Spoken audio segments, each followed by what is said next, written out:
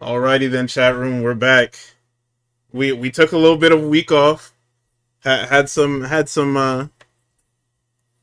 downtime for y'all. But we're back. This is night one of a buy one get one real Graps. Just so PKO edition. Welcome to episode, I guess it'd be 25 of Real Graps. As always, I'm your host Guardian. I'm joined by Tux, and we will be reviewing certainly a weekend in wrestling, probably one of the biggest weekends in AEW's history, and for WWE it was just another weekend. I mean, it was a good weekend for WWE, just not in the way that they expected or hoped or planned. Yeah, it was a good weekend for the women, not for the rest of y'all. Especially not Seth Rollins. Hell no, bro.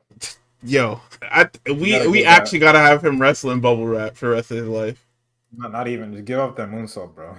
Actually, yeah. Work. No. Absolutely. You should have packed up. It's just like when you folded your ACL doing the damn sunset bomb through the table. Let that shit go. Let the buckle bomb go, because niggas keep getting hurt. Let that damn springing moonsault go. Okay. I did hear about the Seth Rollins worked injury, because if you look at it, the way it looked at first, it did look like it looked like a work, because he hobbles down, he sits down, and you're like, oh, okay, he's talking to Heyman first of all people, and then the problem with this is because WWE does this angle so fucking often, where the heel feigns injury and they treat it like it's a shoot injury before the heel rolls people up. So it's very easy, like, even as an experienced journalist in quotations, as Alvarez and Meltzer are, it's very easy to get caught up in that bullshit. I also don't know what this does for, like, Seth. Even if it is like a shoot injury, like... No, it is. It is. Well, not shoot injury, but if it's a quote-unquote fake injury, what does this do for Seth Rollins? Nothing. In his mind, he in theory gets out of a whatchamacallit. He gets out of the LA Knight match that he didn't want, even though he took a BFT and got pinned. Now you motherfucked LA Knight, because that guy actually has nothing to... I mean, he realistically, after this match, he wouldn't have anything to do, but like now he really does have nothing to do. I mean, unless he's gonna go get killed by Bronson Reed. I mean, I guess I probably won't be there for that. Listen, at this point, they're stuck, man, because they have to do something. You have two niggas in this faction, and they don't really have much going on. The thing is, they didn't build this faction up.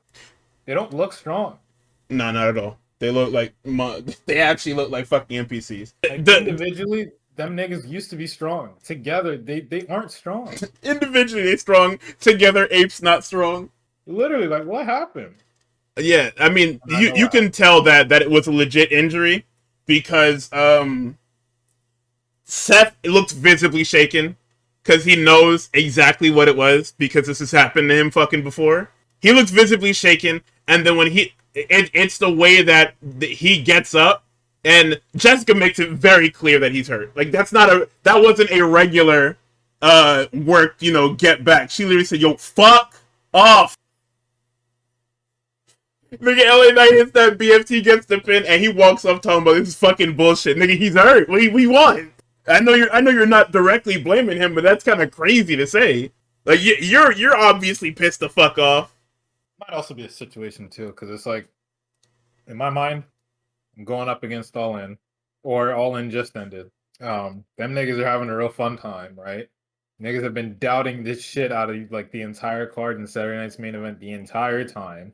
And on, like, LA Knight program probably doesn't hate him, but it also is just like, man, what a nothing match for me to have, and what a nothing match for me to get hurt on, right? I would have said, if I'm both of them, I would have said no to that match, because the match doesn't do anything.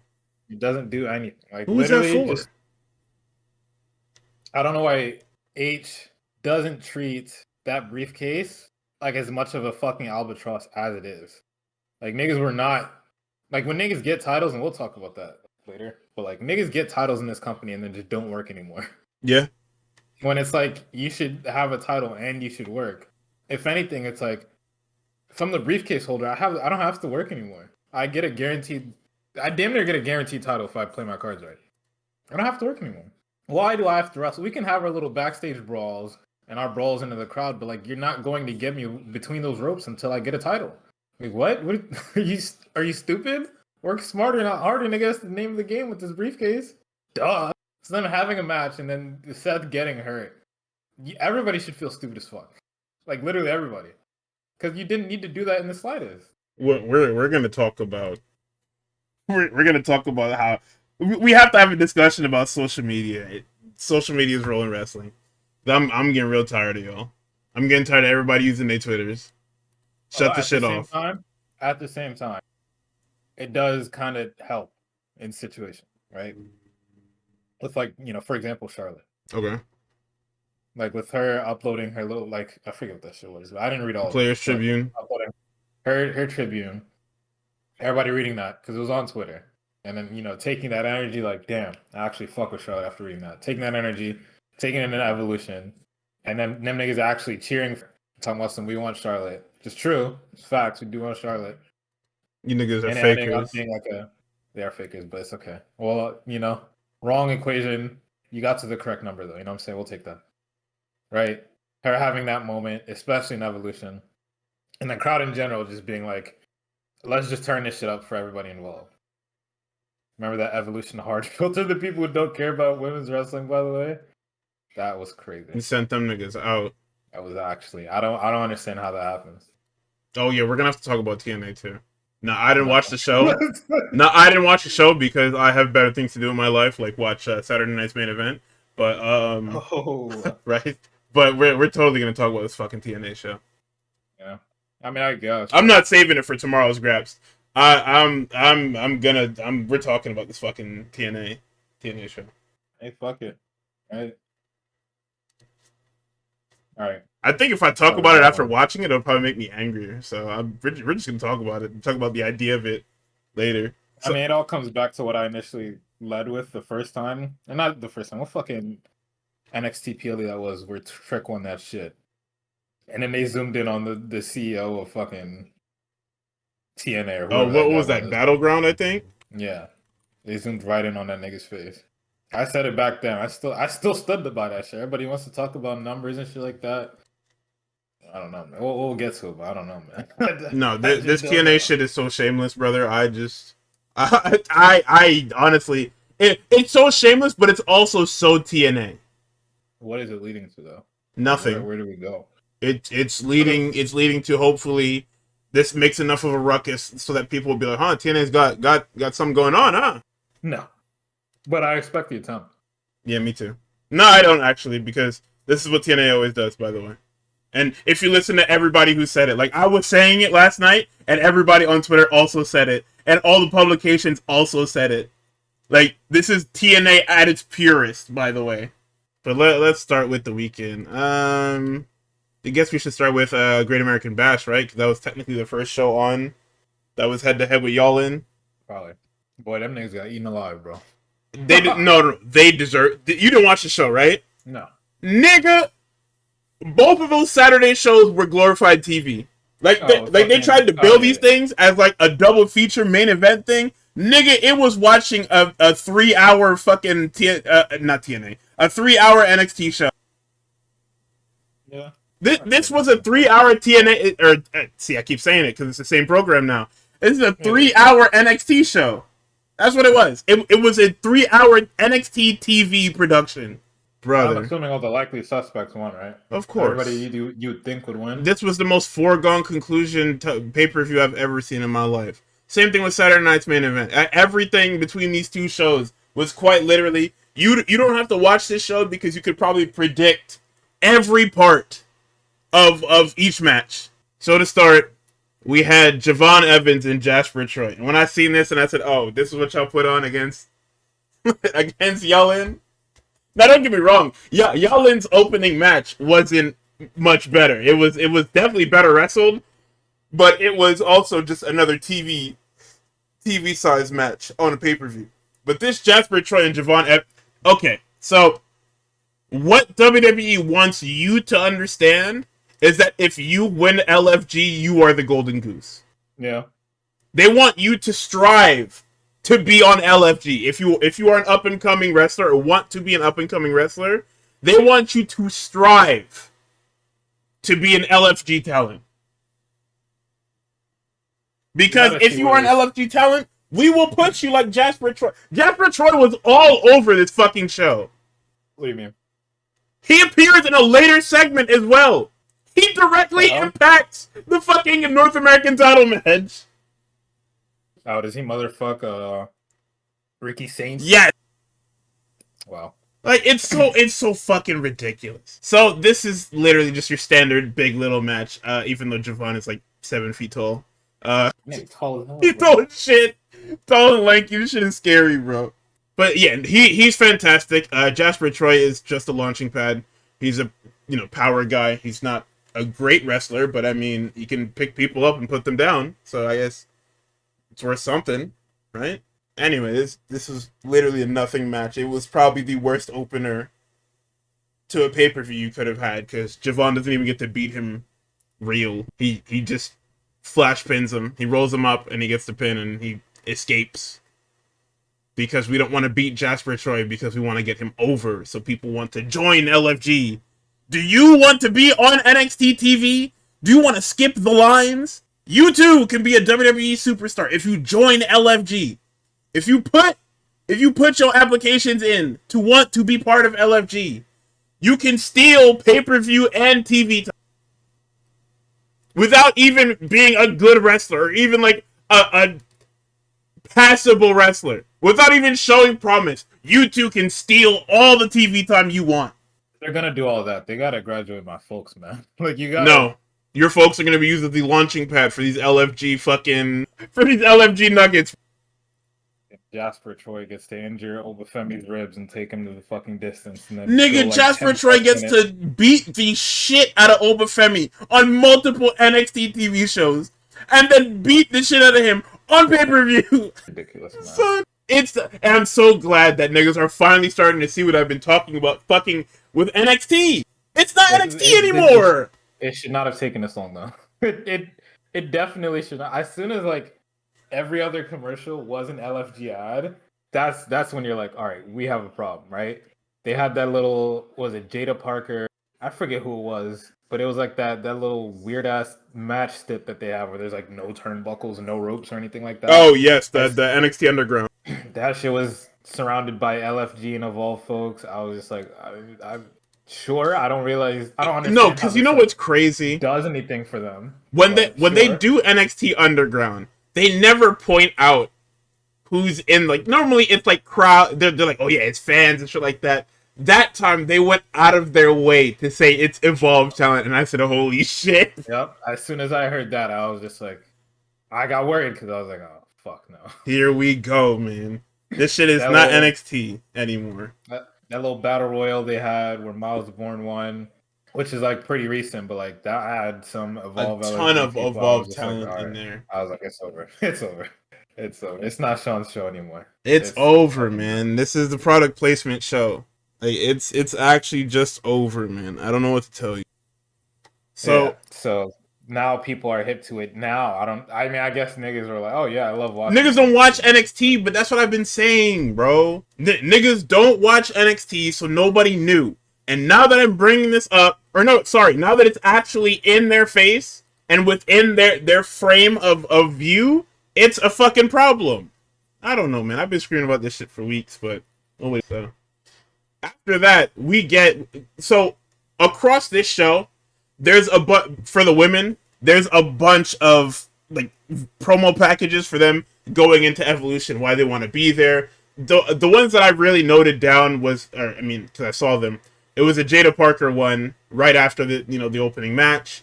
Then we had a Stax Heritage Cup promo where he talks about a list of people he wants to wrestle his Heritage Cup for. He brings up fucking Albert. He brings up Logan Paul's dad. Once I heard Logan Paul's dad, I skipped the segment because we're just talking nonsense. Then we have another 9/11 here. We have a Zarka promo talking about, because they're up next. We have a Zarka promo talking about the title defense that's up next and what they've got going on Sunday. And as they're speaking, we get a Dark State cut in. They didn't say anything. Nothing happened. It was quite. You know how the Wyatts used to do their little fucking thing where they would cut in? It was that, but for Dark State. So is Dark State just a regular thing now? They just work here, right? You're not supposed to ask so many questions. I'm not supposed to ask. But I am, because this is the TV that you put in front of me. What is Dark State? Can't do that. What is it? Cut that out. Cut it out. They're out here to change the culture of the company somehow by beating up niggas that aren't your quarters. By beating up niggas in fucking TNA. We're gonna talk about. Oh my god, we're gonna talk about TNA because you niggas have no. So we get Izzy Dame and Sol Ruca for the North American Championship. This is another one of those foregone conclusion matches. This match is the thing in this match that's most important is that Sol Ruca and Zarya are the worst teammates humanly ever when it comes to being in ring with each other. Yeah. Let's see. I don't know.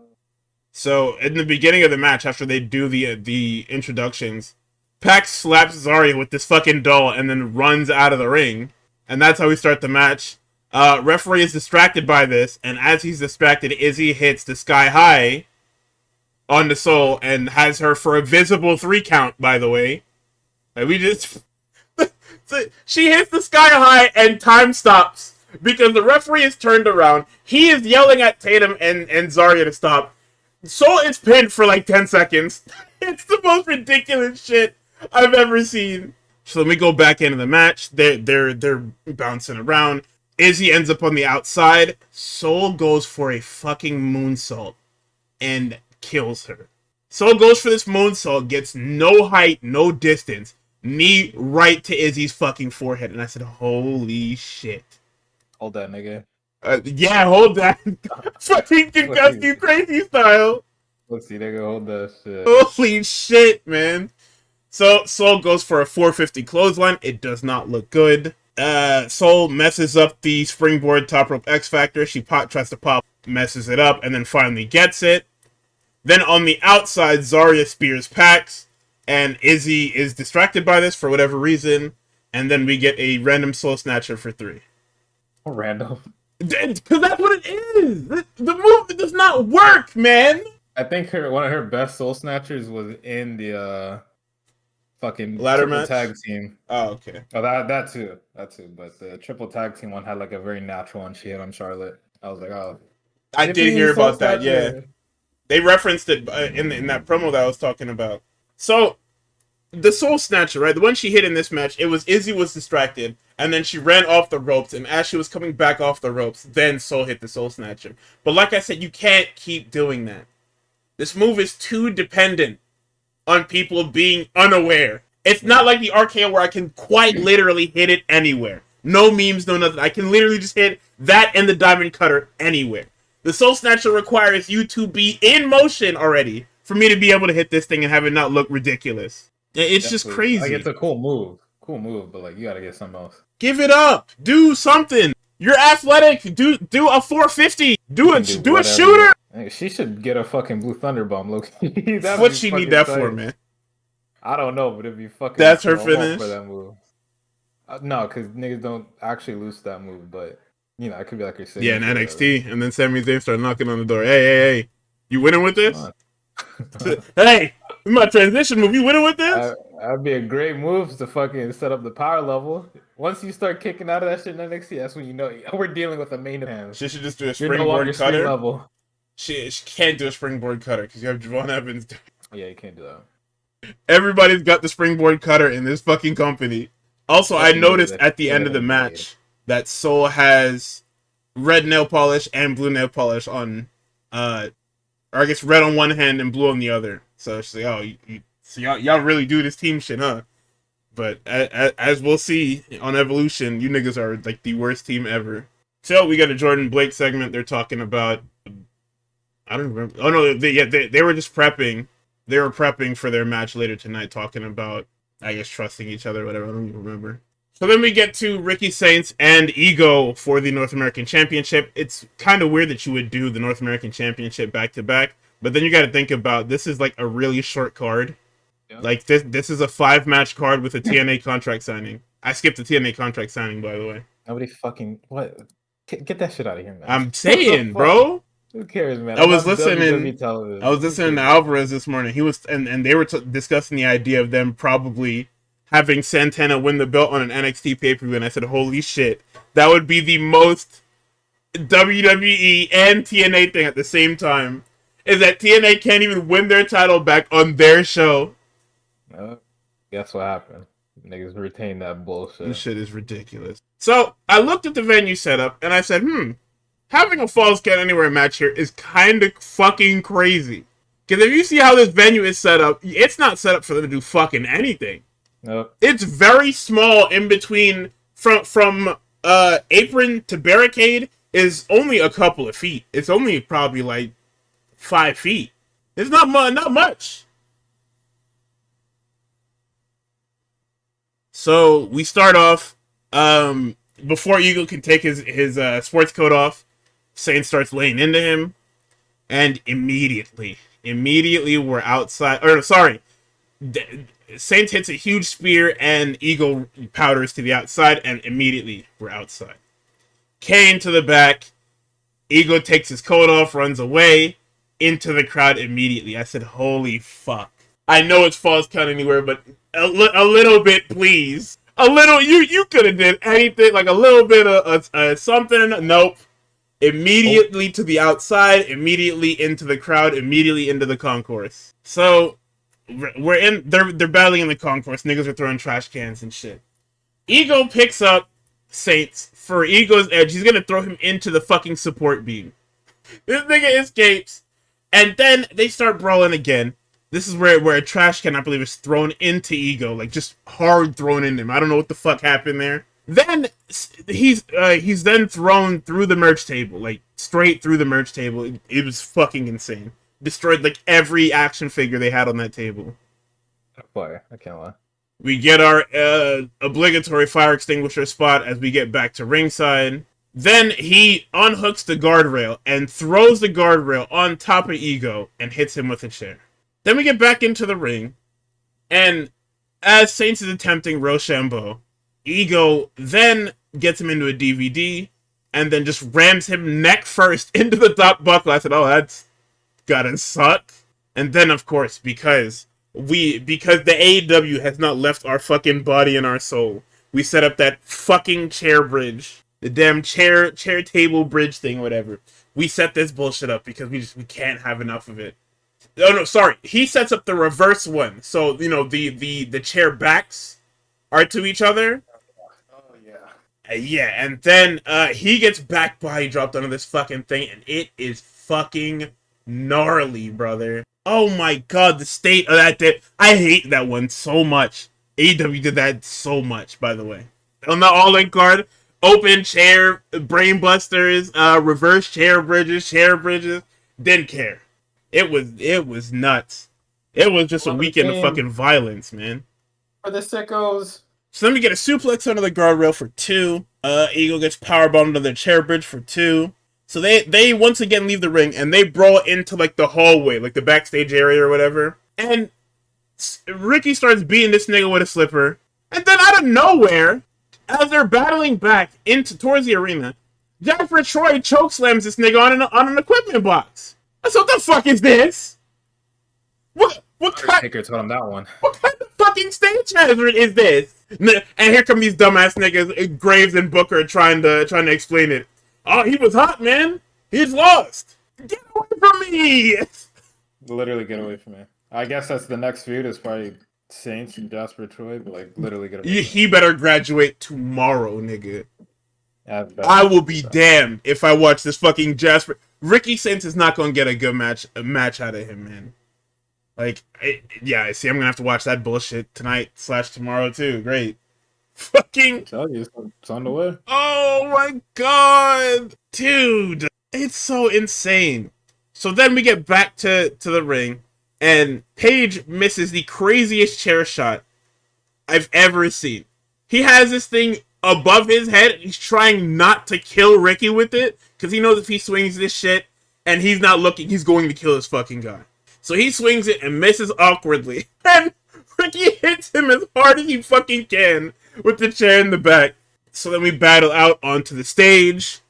And after some back and forth, Ego gets him up on Ego's edge and throws him from the stage through 2 tables on the floor.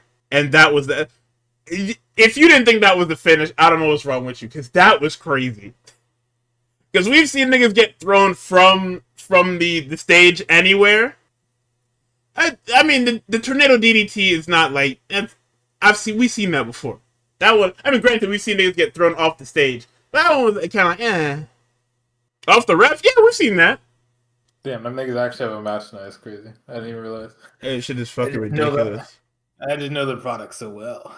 Yeah, I think something I noticed all weekend is just like a lot of matches are really good, and then it's just like, damn, when is this shit over? Yeah, no, there was, but the when is this shit over was majority on the WWE shows.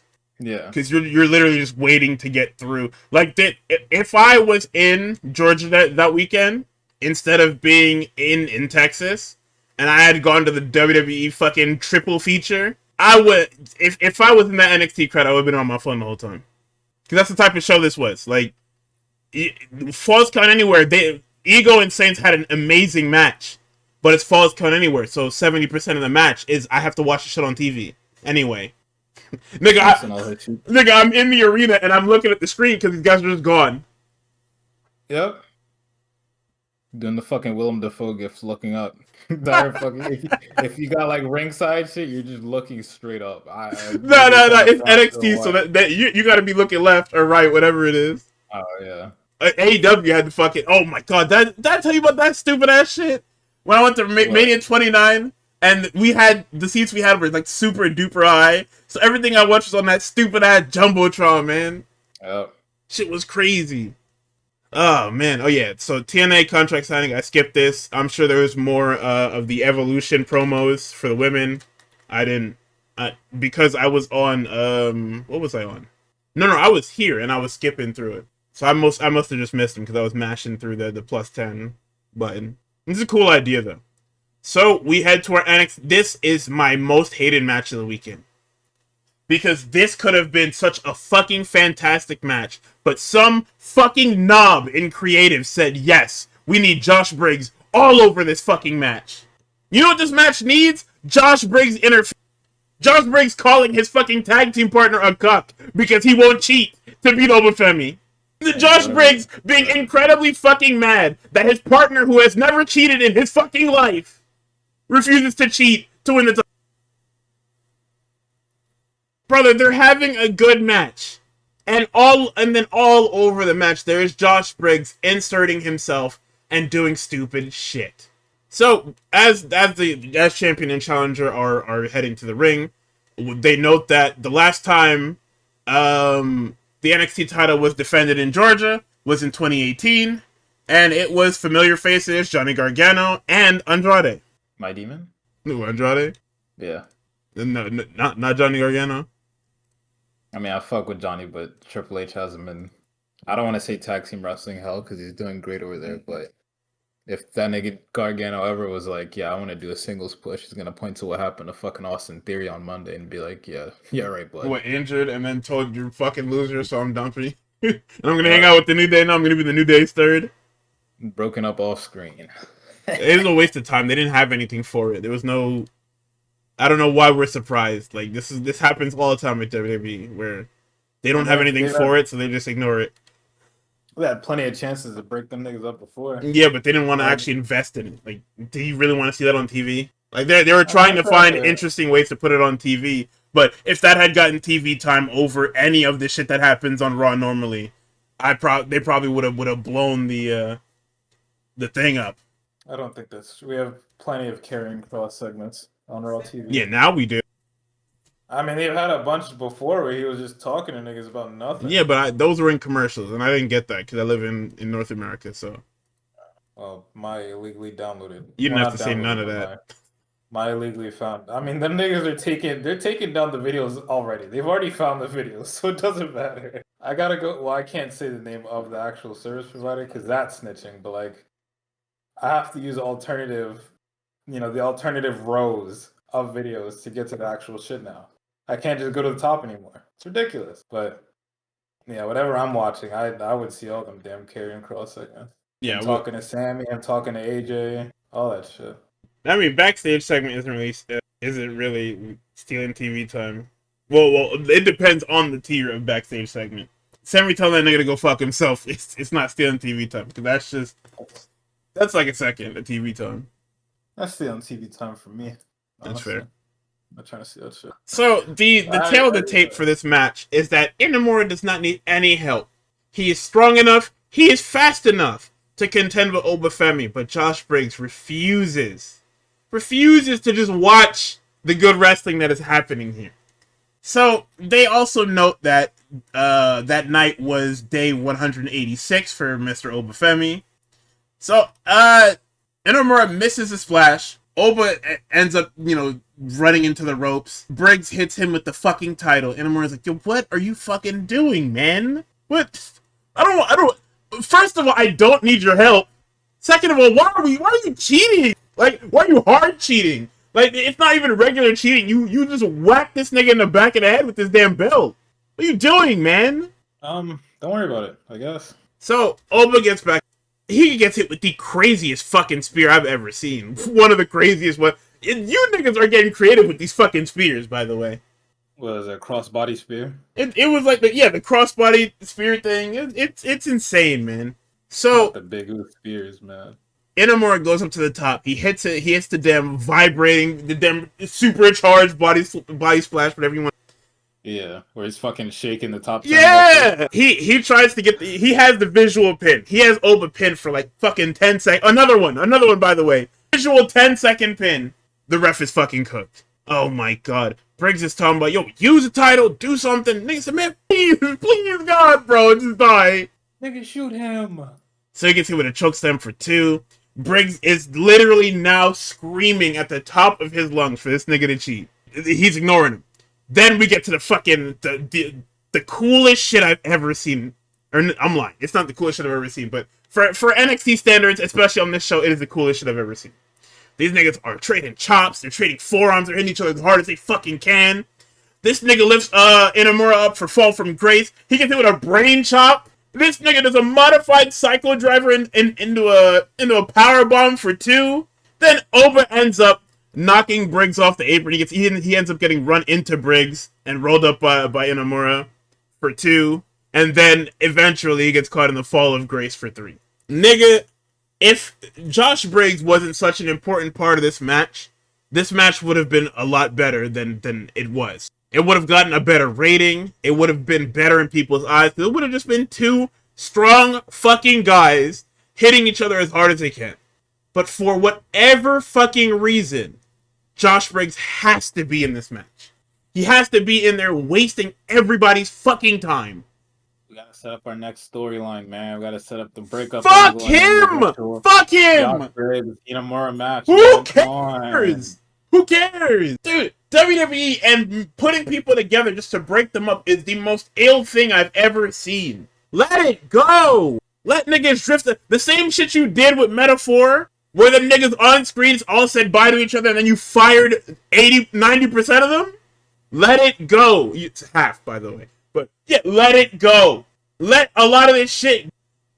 Inamura can be a single star and Josh Briggs can go back to whatever it is Josh Briggs does. Let it go. Oh my god. So then we get to our main event. It's Blake Monroe and Jordan Grace versus Fatal Influence. This is the in-ring debut of one Blake Monroe. There's nothing to say about this match. This is so very much a TV. This is an NXT TV main event. They did tag team shit. So I noted here that Booker called Blake a hottie biscotti, and I'm like, I don't even know what. I assume it's the cookie, right? Like that's what that's called, the little like wafer thing, biscotti, right? Can I get a fact check on that, chat? I probably should have googled it before, but that's what I'm assuming. An Italian almond biscuit. Yeah, that's what I thought. Damn cookie. It's called biscuits, cookies. Again, don't piss me off. Or sorry, calling cookies biscuits. My fault. This shit backwards. Who gives a fuck? Either way, and then I said, son, winning this title got JC acting out because she was doing very, very slow lucha. So you know when you grab the wrist, and then you know the person whose wrist you grab, they do like the headstand to get out.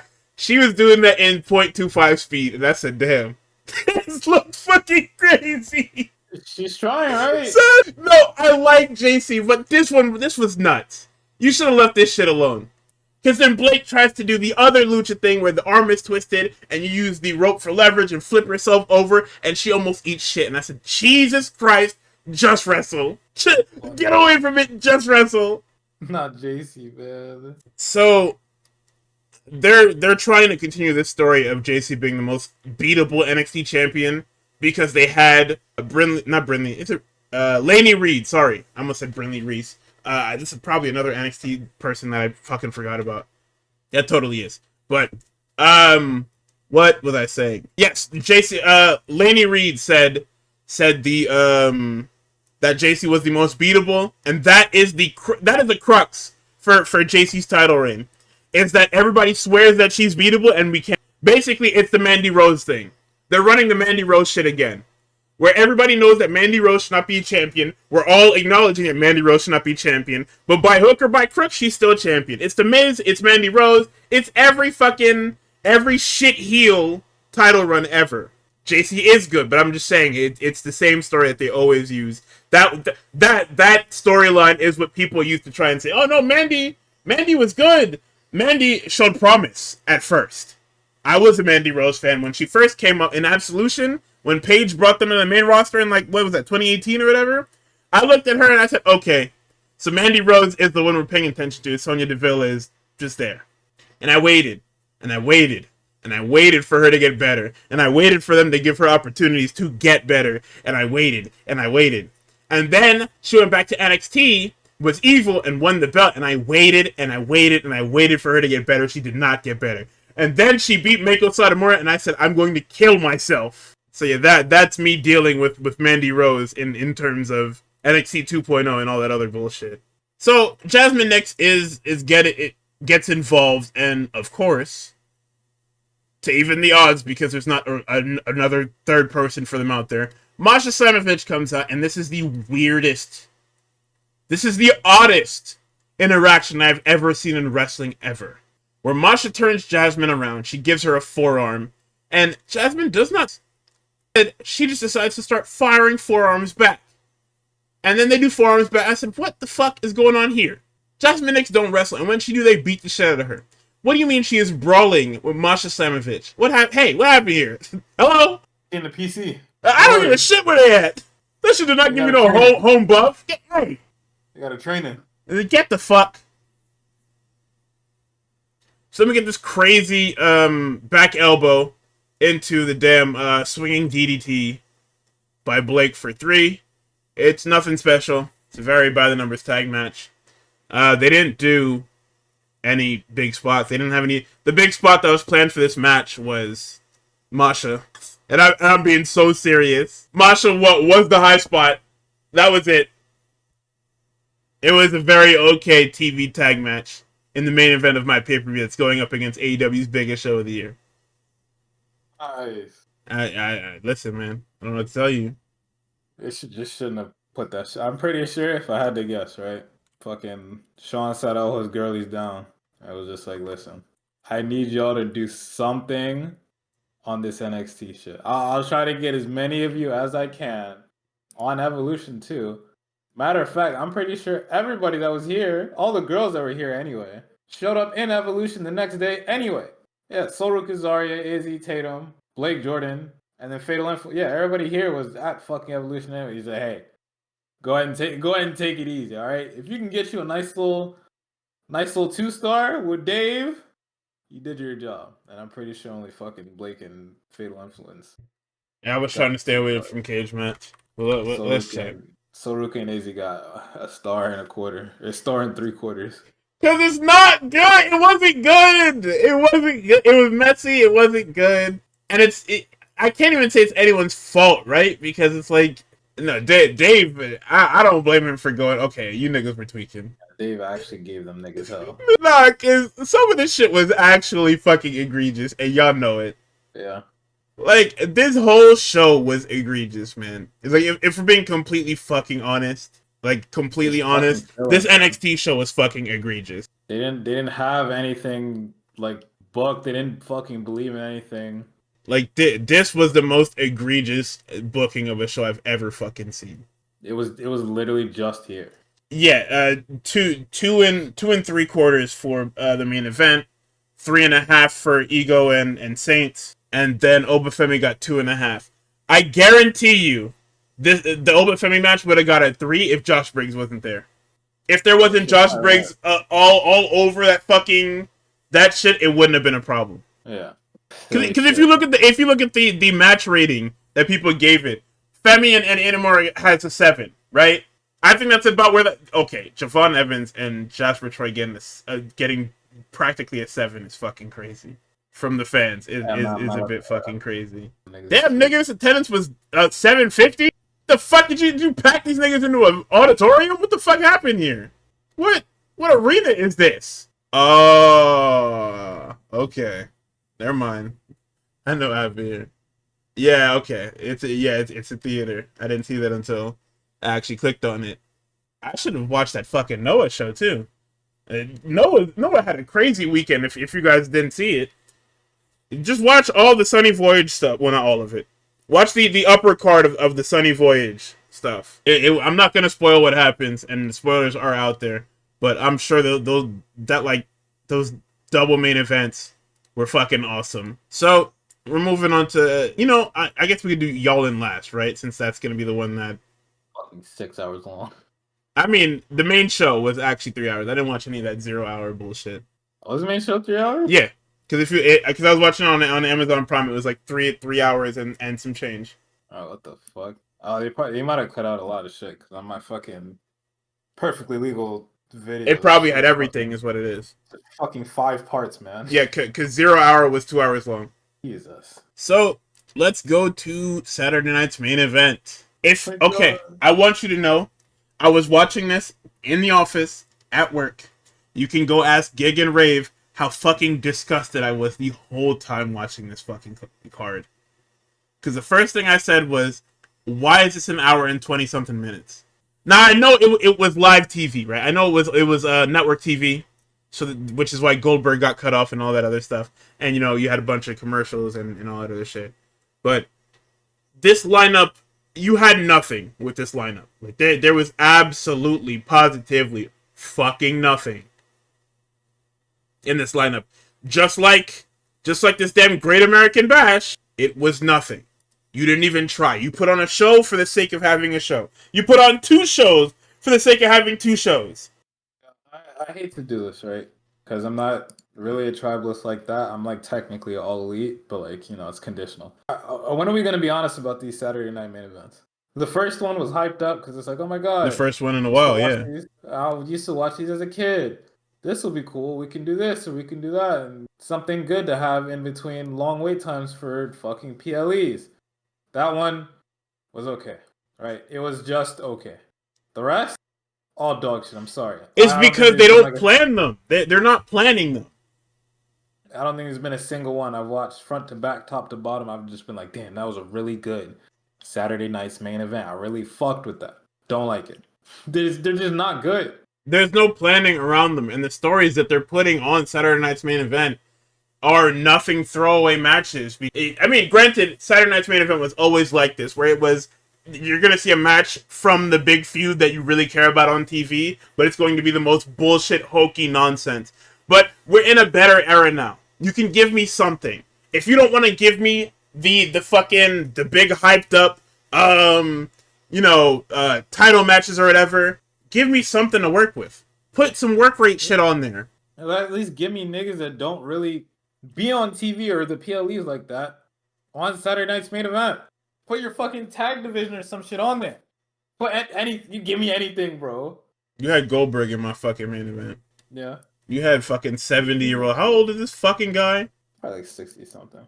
You had this old ass motherfucker in my goddamn main event, and this shit almost went 15 minutes. Boy, fuck you. Fuck y'all. So to start off, we start off the show with a serious 9/11, and Randy Orton with Jelly Roll versus Drew McIntyre with Logan Paul. Nigga, this was an opening match on SmackDown. You're laughing. I'm so dead ass. Everybody will agree. This was the most. We're having an opener on SmackDown. This is what you get after these niggas have had a 20-minute fucking promo segment and it breaks down into some bullshit. This is exactly what you get. Nigga, nothing happened. Like, I say this all the time, but literally nothing happens.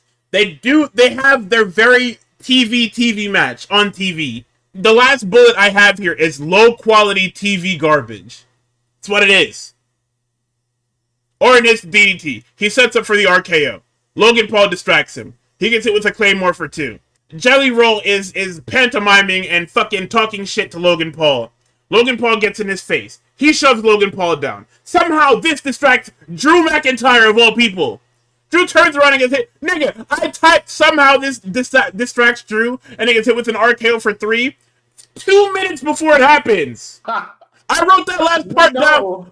As Jelly Roll is arguing with Logan Paul, I wrote down somehow this distracts Drew and he gets hit with an RKO for 3. And what happens? Drew is looking at this fucking mess. He turns around, picks up Randy, RKO for 3. I shit you not. No, I can't believe he pushed down Logan Paul, my friend. Get away from him. I'm gonna fucking... And then post-match, these niggas beat up Jelly Roll. Let me go to commercial. Oh my god. We come back... fucking idiot. Then we come back from commercial. Pierce and Aldis are calling these 2 fucking idiots for attacking Jelly Roll because they're gonna get sued now.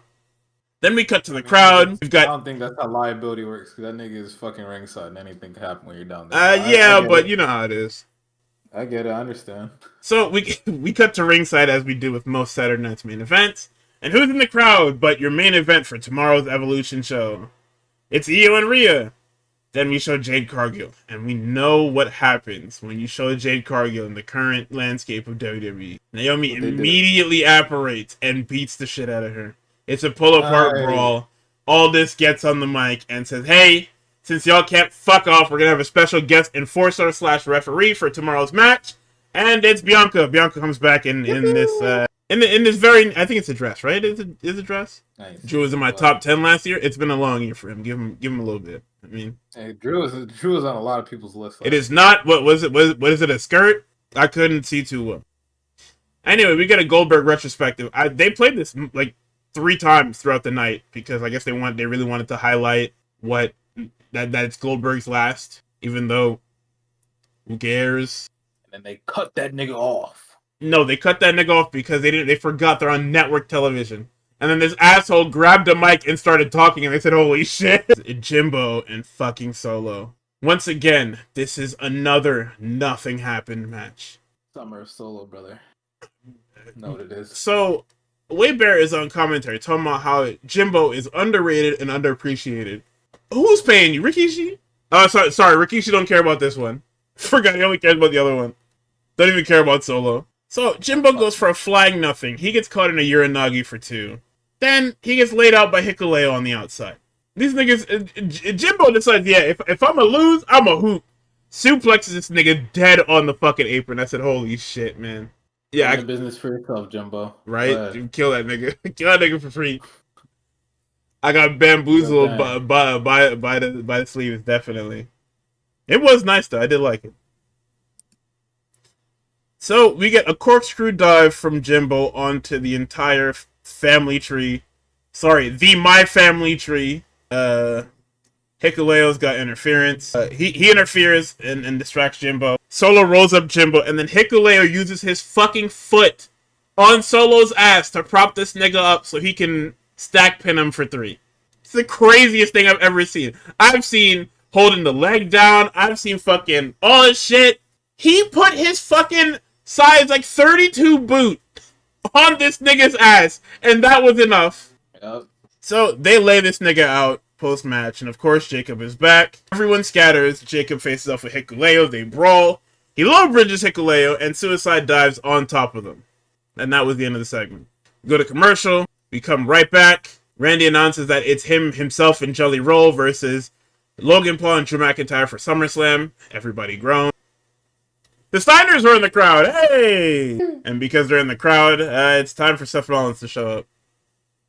So, it's Seth Rollins, LA Knight. They're having, this is another TV main event match, which I have no problem with because Seth Rollins is a great wrestler when it comes to TV main event matches. It's not bad, it's just boring. You know? Seth hits the frog splash, he attempts a stomp. LA Knight hits that damn best elbow drop ever thing that he does, where he does like the hop up elbow drop. I hate that fucking thing, but have I told y'all that? I fucking cannot stand that shitty ass move, man. So then we get superplex that Seth rolls through. Once again, doing that thing with his... That's probably what fucking started it. He rolled through and hit that damn buckle bomb. He misses the stomp. Then he does a springboard senton. He goes for the moonsault off the ropes and immediately blows his shit wide fucking open. Boy, he stomped down and he said, holy shit. He stomped down, said, holy shit, immediately collapses to the canvas, pulls himself into the corner, immediately calls Heyman over, immediately calls Jessica over. LA Knight, stupid ass, walking over. She's talking about, you get the fuck, move, man. He steps back. He's talking to Heyman, he's talking to Jessica, he's talking to the doctors. And I guess they finally decided, they decided to just call the audible instead of throwing the X up and calling the match. So Seth literally forces himself to stand up and gets hit with an immediate BFT. LA Knight is very unhappy. Very unhappy. And he gets the pin, he gets up, he gets out, says fuck, and then walks away. Guess you're going back on vacation. Yeah. Then we get another Goldberg video package because it's time for the main event. And the first thing that Michael Cole says is that the Georgia Dome was where Goldberg beat Hogan for the title, win his first world title. He notes that Charles Robinson, being a WCW referee, has reffed damn near every Goldberg match there probably is. This, once again, was another nothing happening match. Gunther, this was the easiest payday that Gunther has ever had. Easier than the Akira Tozawa match. I know that sounds crazy, right? But it's just... So they're posturing to start. Gunther chops Goldberg, and Goldberg is smiling. He's no-selling a lot of his offense. If you notice, in the first, 3 minutes of this match, it is all standing offense. Goldberg don't take a bump till, 3.5, 4 minutes in. I don't know what it is, but I feel you, brother. You don't want to take them bumps because you might not get back up. I hear you. So we get clotheslines from both men. You're right. Fuck it. Okay. Gunther goes up top. He gets thrown off the top by Goldberg. Goldberg sets up his spear. Gunther powders. Nigga. Okay, no, you need to boot this matchup because you need to see this. There is a moment in time after Gunther powders where he gets Irish whipped, I think it is, and then he combat rolls out of the way as Goldberg spears the fucking barricade. You need to find that. That's the craziest. Gunther hitting that fucking combat roll. I said, what the fuck am I watching? What is happening here, man? Oh my fucking god. I think I literally just pressed it. Let me see. Nigga, that shit is fucking crazy. They said it's on the outside? Yeah, it's like immediately after, it's like the first, he sees it. Yep, there it is. Oh Nigga, my god. It was like I was watching somebody play 2K. He does that stupid little combat roll, and Goldberg just explodes in the, mind you, Goldberg almost killed himself with that. If you see how he hits the fucking barricade in the slow-mo, he actually almost fucking killed himself again. I'm so glad this is his last match because he is a danger to himself and other people. We'll get to that later, by the way. His head is, oh yeah, no. You're a fucking idiot, man. I don't know what, like, use your body, dumbass. Why are you going head first in a barricade? So then we come back from commercial. No, it's not love of the game. That nigga is greedy.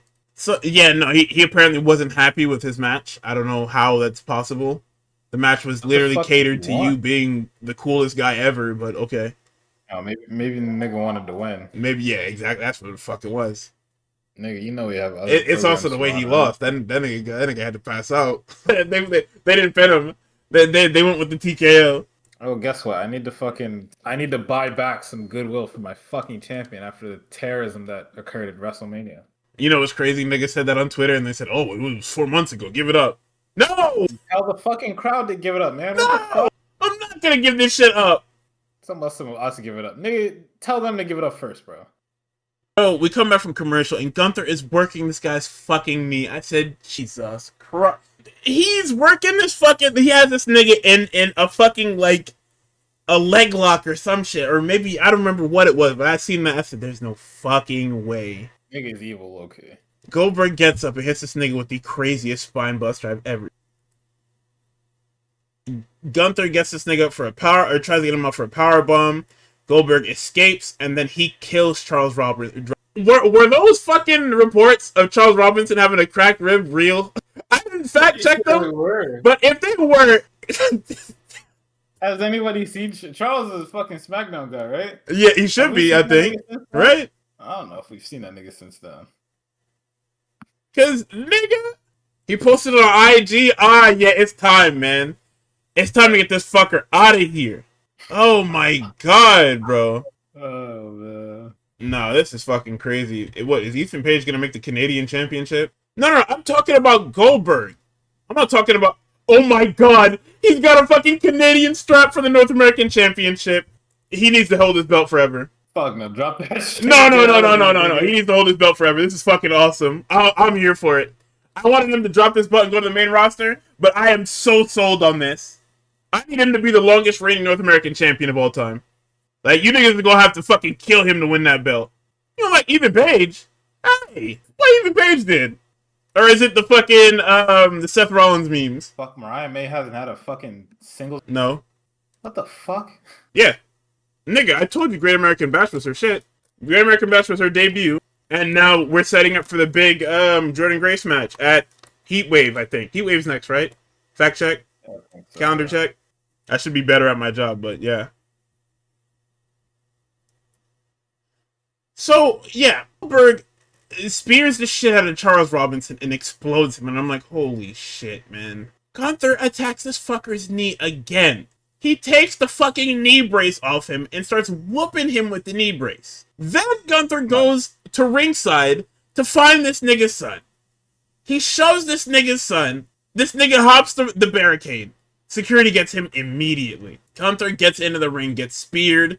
What I will give Goldberg is that the jackhammer looked pretty good. But I'm not giving that to him because it's literally all Gunther, by the way. Gunther gave him a great jack.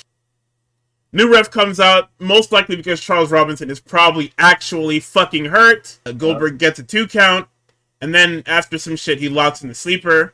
And then after a struggle, Goldberg then passes out. And Goldberg does a speech with his family and friends, and then Diamond Dallas Page is in the background for whatever fucking reason. And then, because this is live television on network television, we cut Goldberg off because fuck him. Alright, Evolution. Probably the best thing that wasn't All Out on the weekend. Yeah, DDP Yoga is probably the reason why he's able to do the damn jackhammer. So Evolution starts with the Intercontinental Championship triple threat. Bayley, Lyra, and champion Becky Lynch. This match is like, I won't say it's a masterpiece because it's close. It's missing a couple things, but this was fucking good. Nigga, this was like a near perfect fucking match, man. And niggas was talking about, oh, Becky took that Becky Hogan shit to heart. Man, good. I don't want you niggas to come back and half-ass your runs on my TV. If niggas calling you fucking Becky Hogan is what gets you to fucking cook then. I'll call you that shit all day. Shin me? I'll treat y'all bad week to week, nigga. If that's what gets me good, Graps. Yeah, no, the crowd for this was fucking electric, nigga. They were hot for everything most of the night. Like, they were, oh my god, they wanted to be here. Like, do you really think that... I know that these niggas are so narcissistic that they don't understand why the crowd was so hot for this. Yeah. Because they see this and they're like, yeah, no, we did that. Y'all didn't do shit. Hey, my IWC people, I need y'all to stop looking at them ticket sales until the fucking day of the show. All right, let's not do that anymore. All right, niggas are doom posting for fucking nothing. I understand that it is kind of no, because it looks crazy when there's a lot of shit going on in the area at the same time. However, let's just I don't want to say remember where we're at. because a lot of you niggas don't know where we're at. So I'll remind you where we're at. When you are a fan of something, all that sales and shit, it don't matter. It don't matter. That's not your job. That is their job. That is fucking higher ups. Ari Manuel, The Rock, all them niggas. Hey!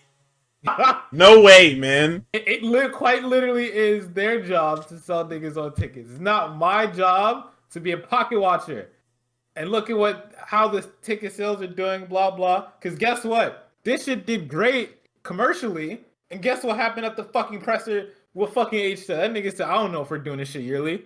I don't know what he's." I'll pull that shit up. That shit pissed me off. Son, stop. Hire a PR team. Have somebody to speak, please. This nigga said, Stop feeding his ego. Having a night where they can come together and celebrate that. I think it worked out well here tonight. Moving forward, we'll see. I don't want to say it's yearly. It's not yearly. I think we see what the demand is for it, because as the demand for the women grows across the board every day, it became less about having their own show and more about that's the equality is. It's all there. They don't need to have their own, they don't have to have their own show to be in the spotlight. But if it works, we will definitely go down that road again. I don't. It's just so fucking arrogant, bro. I don't get it. I don't understand, right? Because to me, watching this shit, it didn't feel forced. It felt fucking natural. It felt like a great show. It felt like the fucking. I know that nigga don't watch no fucking NXT, but it really did feel like the fucking golden days of NXT. Well, the golden day of this era of NXT. When Steph was down there, when Julia was down there, when Jordan was down there, when Rox was down there, when fucking Metaphor was not dead. You know what I'm saying? When fucking Soul and Zari were just getting started. You know, the shit that I started watching not too long ago. It felt like that, where it was like, yeah, women can main event and nobody's gonna bat a fucking eye. An entire show of just women. I watched the shit. Oh my god. Every single fucking match was good. Bro, in this fucking Lara Becky Bailey match, them niggas were reacting to damn near every single fucking hit that happens in the match. Like, all of them. This shit was nuts. As they should, bro. This shit is hard. Like, I don't, and then, right, you have this, and then I'm pretty sure it was, like, this past week that just happened. We had, Julia was interviewing with somebody. I know the niggas were Japanese, because the niggas were pulling up subtitle clips and shit like that. They're the same niggas that Asuka interviewed with. Julia was like, I'm gonna feel like a fucking failure if I don't get on that goddamn SummerSlam card. Mind you, same SummerSlam card that has fucking Drew and Logan versus Randy and fucking Jelly Roll, right? And, you know, feel a little bit bad for Jelly Roll because he's a big fan of the fucking business and shit like that, but there is a time and a place, right? I don't think this is that time nor that place. I don't think it's here. Cause niggas gonna be like, oh look, we were fucking electric for Bad Bunny. That's different. That's Bad Bunny. And I'm not saying that Jelly Roll isn't like that, because I don't know Jelly Roll, all right? I don't want to say it's because I'm black, but it's because I'm black. I don't know who Jelly Roll is. So I don't know how much motion that nigga has. However, it's not no fucking Bad Bunny. So nobody's trying to see that. I'm trying to see fucking Julia do anything. I'm trying to see niggas that hold titles wrestle for the fucking titles. You had Julia in a fucking battle royal, which is fine. Yes. It's okay. But it's like, I want more. And guess what Evolution gives people the opportunity to do? All them niggas that are falling through the cracks, like Zelina Vega and shit like that, it's the same thing with what Saturday night's main event is supposed to be. Evolution could be a yearly PPV to where it's like, if you have major players, or you're not major players, but people that you want to become major players down the line, you can have them in like the mid card of an Evolution, right? You can have them do something there. Let them fucking go however long they want to go, since Evolution is all women, right? It doesn't mean you need to have all men Saturday night's main event the day before. It's not what that means. It's not what it means. Them niggas, the fucking guys have plenty of opportunities to do plenty of shit. Yep. You have another demographic that you actually have an advantage for. That's the dumb thing, too. This is your advantage over AEW. Tony Khan is not doing shit like this. And even if he has the idea, all right, I want to do an all-women's PPV, he can't just pop out with one. He has to build up to doing something like that. He don't have a women's division. He has exactly. He has platforms. He doesn't have a women's division. He has people, but he does not have a division. You can't have a show with 7 people. So you can't just pop. He can't just pop out with one. That is your fucking.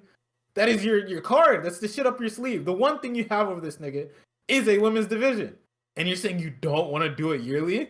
Are you stupid? Like what? They have to This have shit- somebody else do the PR. Put Steph out there. I don't Nigga. care. The build to this fucking PLE, this all-wins PLE, was put together in 2x4s like it's a goddamn Kids Next Door treehouse, and them niggas had the crowd eating everything up. The crowd actually put your fucking babyface, like the person who has been trying to turn babyface for like the past 4 months since she returned in 5 months. Since she returned in fucking February for the Rumble, the crowd actually ate that shit up. They actually started, they turned Charlotte. They gave the blueprint for the rest of the crowd that are gonna see Charlotte until she turns heel again, if she turns heel again. She That totally fucking shouldn't. Not anytime soon. Like they're doing your job for you. Why would you not capitalize on this shit year to year? Somebody make it make sense to me. I don't get it. Is he stupid? Is it because he's bald? Yes, it's because of both, man. He's actually got like the craziest ego I've ever had a human being have, or Also, I've ever don't seen a show human me being Vicky- have. Don't show me Vicky Guerrero. That was crazy. I That don't was- care what your politically show me Vicky Guerrero. That was crazy, knowing that there's a whole thing going on right now. It's a crazy thing too. It's not even like a political thing. It's bipartisan and she's a fucked up human being. Don't show me Vicky Guerrero. That was wild. Oh my god. What? Alright, we can get into the match. Yeah, they don't have a lick. No, they don't have a lick of fucking shit. That Vicky Guerrero shit was wild, nigga. It is ridiculous. It was for fucking cheap nostalgia pop. Oh my god! When I was 7 years old, she used to yell, "Excuse me," and I hated her. It was horrible on TV and in real life. Who could have thought of that? Oh, great. And you would think that you would want to stop showing certain people from that fucking Era of television, right? No, we're gonna keep There's showing some- Mark there's- Henry. There's certain names where you can get away with it, right? Mark Henry, as far as I know, is not wrapped up in any shit. Okay? You can show Mark Henry. I don't know why you show him here. I don't even know what the explanation was for why they showed him. But I guess that's fine. I'll put my hands up. Whatever, right? There's no reason for you to show Vicky Guerrero. I don't even think she wrestled. She was just there to be annoying. Yep. But anyway. Graps, you know what I'm saying? These Real niggas are Graps. moving. Discovered Bianca, who's DPC talent. Oh, damn. All right, Mark. Hey, Mark, do some politicking for some of my. Never mind. No, Never no, mind. no. You don't want that. Never mind. I forgot niggas like him don't have political power. Listen, I'm just gonna read exactly what I wrote. This is an expertly put together triple threat. There was quite a bit of three-way action before Lyra was taken out on the floor by Becky and Bayley, which was crazy, by the way, that she like tried to go for a little like rope drop kick thing, and they just lifted her up big baby style and threw her into the ether. Oh, killed. So this is what pissed me off, right? Because I saw this before I actually sat down and watched the show. Lyra hits a Northern Lights into a Fisherman Plex, and it's broken up with a Bayley elbow, but these fuckers changed the angle. Yeah. They should have kept the angle low and tight, and then have Bayley fucking fly from the goddamn rafters to break this.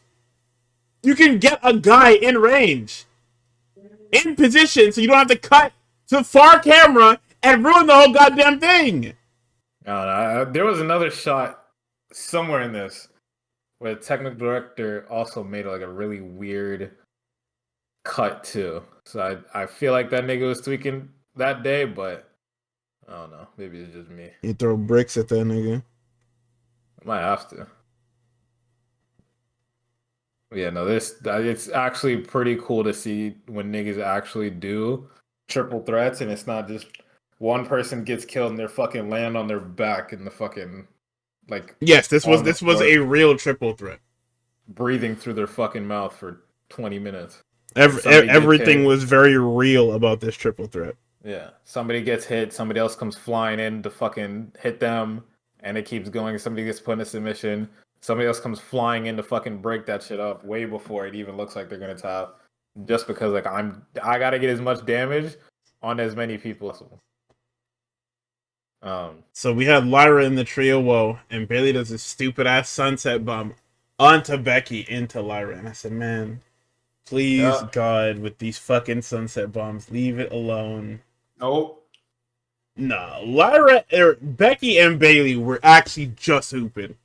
Like, Lyra is a hooper too, but if you look at the shit that Becky and Bayley were doing together, nigga, listen, if it's a singles match at SummerSlam, I wouldn't even be fucking mad, boy. So we got like a disarmor. It was reversed into the what is it? Fucking rose plant, I think this shit is called. And then Lyra does the goddamn nothing but net off the top. Takes them both out. And then I noted that Bayley is very bouncy in this match. And when she takes a bump, she is bouncing all over for them. Niggas knew the assignment. They gotta show up, man. So Bayley rolls up Lyra for the fall, and Becky does the coolest counter I've ever seen, where she rolls over Bayley's back, gets her into the tightest fucking backslide I've ever seen for 3. Yeah, no, that shit was fucking. Like that's how you open a fucking show. Yep. Don't give me no fucking Jasper Troy in my opener, bro. Granted, it was probably the best thing to do because you thought you had a better card going down the line. You didn't. Nope. Yo, you know, if I had thought about it, right? If they had opened with Ego and then bookended with Blake, this would have been the craziest show ever. And I mean that in the most derogatory manner. Yeah. Nigga, oh my god, that would have been the most derogatory card I've ever seen. Hey, I'm telling you, Sean did not try. He told all his hoopers, He didn't want to be out there. You want to be over there. He was like, save your strength for tomorrow, bro. do not put no effort into my fucking little shitty ass PV. Sean opened up his phone. He seen one of the kids. He seen the kids put the fucking AEW shit in the group chat. He said, "Golly!" He said, "Man." You said they're opening with Samoa Joe and Powerhouse Hobbs? Nigga, he said, "Who on this card?" Go ahead and save that shit. Save all your shit for Evolution, bro. Yeah. Don't worry about me. We'll get him back at Heatwave. We'll get him next time. We'll get him back at Heatwave. Holy shit. So next up, for the NXT Championship, winner of this goes on to face Masha Slamovich at Slammiversary. It's Jordan Grace with Blake Monroe versus JC Jane with Fatal Influence. So we get a little pre-tape as Jordan is walking to the ring. It shows earlier in the day she asked Blake to be in her corner. Blake said, "No, it's your moment." And she said, "Listen, I need you in my corner," even though it's been like 1 week of pre-tapes, but you know. I'll be honest, right? I'll give it up. I think I don't know if this is how the Mariah May Tony Storm shit went. If it is, no, it took like time. But if this is like a condensed version of that story, cut it out. No, the thing that pisses me off, if you wanted Shorty evil, her opening promo can be classified as a heel promo. It was pretty. She literally called the entire division shit and says, "Hey, you're all glad to make my acquaintance." Yeah. That's what she said. Not verbatim, but that's what she said. She didn't have to play nice with anyone. You did this to try and get people. Because you knew that the Mariah May and Tony Storm shit was hot. You said, "Oh, well, we should probably just make her a heel." And then did this. Why the fuck did you do that? Yeah, there's too much lore. Like the execution over there is way different than what you niggas do over here. Do not try to recreate that. I don't care how inspired you are by the Hollywood end. Do not. I understand that Jordan been trying to she been trying to kiss on somebody in this goddamn company. Trying to fuck on somebody crazy style. Cut it out. For everybody's sake, cut it out. Because all you're going to end up doing is make all them niggas post that fucking, whatever fucking video that was, fucking, whether it was a social media post or what, about Tony saying, yeah, the rest of your career is going to be mediocre as fuck, nigga. Yeah, no, it's going to be over. Nothing compared to what we just did. It's just going to be niggas posting that shit over and over. If you just redo this Hollywood ending, just cut it out. They should have just brought her in evil, because niggas know her as being evil. Literally, she's the woman from hell. And then you made her evil a month later. They've been posting it since she signed. It's about to fucking... No, it's because she showed up at NXT and not in, like, fucking the main roster. Should have put her in the fucking main roster. The main roster needed her bad. I mean, the main roster needs people bad. SmackDown needs her desperately. SmackDown needs people desperately, nigga. And I wrote that in this match, too. I have a bullet that says WWE need women on the main roster. Take JC, Fallon, Jordan, Blake, Pax, Thea, Lash. You have people! Move them up! Literally. I don't know what they're doing. Like, give Julia niggas to fight, bro. What the fuck is this? You also had to have a champion who needs challengers, like a main champion that needs challengers. Yeah. Although Tiffy and Trish did hoop. I didn't like it. I see what they were going for. Me too. I didn't like it.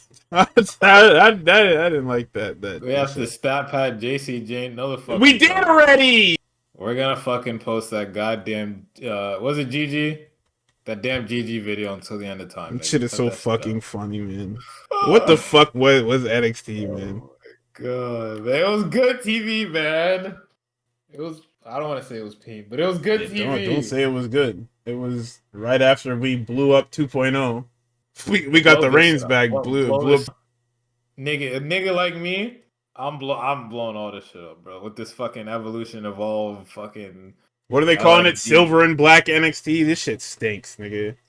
Turn it off. Fucking like blow it up. This is somehow worse than 2.0. Like 2.0. At least 2.0 had the excuse of, okay, well, we released literally all of the indie talent, so we have to start from scratch. This is literally, you have a base, and you're refusing to stick to the base in order to push propaganda. There has to be another round of call-ups after SummerSlam, right? Yeah, I think across the board. Whatever this little fucking draft that they're doing is when we'll get majority of our call-ups. Because they did say they were still doing it, but we don't know what them. They don't know what the fuck they're doing. They announced shit like 2 months before anything happens. So yeah, we don't. I mean, I guess if it was in September, that should be now, but I don't know. Who fucking knows? Jordan match was good. Fuck with Jordan. This is such a weird matchup because it should quite literally be Jordan ragdolling JC, but they opted to let these niggas just wrestle, and it's like. We're chain scaling. We're chain scaling JC. I guess. Yeah, no, JC is the not self-proclaimed, but the nigga that y'all called the most beatable champion in NXT is now going toe to toe with the literal top challenger in NXT. Because commentary keeps bringing it up. It was literally a throwaway line by Lainey Reed on an episode of NXT, and that became JC's whole fucking thing. It became the largest chip on her shoulder. Good old Michael Cole, right? So there was a package powerbomb, but it was after this weird. So Jordan gets JC into like a trio woe, right? And I guess JC was supposed to like end up seated on the top, but somehow she just couldn't pull herself up. Falls off. Yeah. So she just had the rope.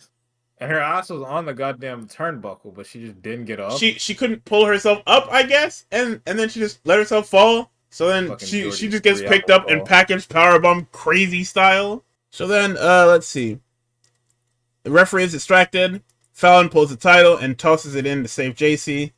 As JC is going to use the title, referee catches her and the title is removed. Then Jasmine picks the belt up and is leveled by Blake, who takes it. We get a Fallon distraction to the referee, and JC whips Jordan into the ropes, and Blake hits her in the lower back with the title. JC hits the damn clothesline or whatever it is for 3. Blake handshakes to the title and walks off. Jordan is pissed, staring daggers into her former friend that she knew of for 2 weeks. About 2 weeks or so, right? We hung out together a couple times. No, we hung out together for like an hour. Blake. It was not no fucking accident. That was the most blatant shit I've ever seen. It wasn't even like you see niggas weren't even wearing the same gear. She didn't even fucking look remorseful. She fucking biting her goddamn finger, all evil like. They're already dropping the bar. So it's just cool, man. Whatever.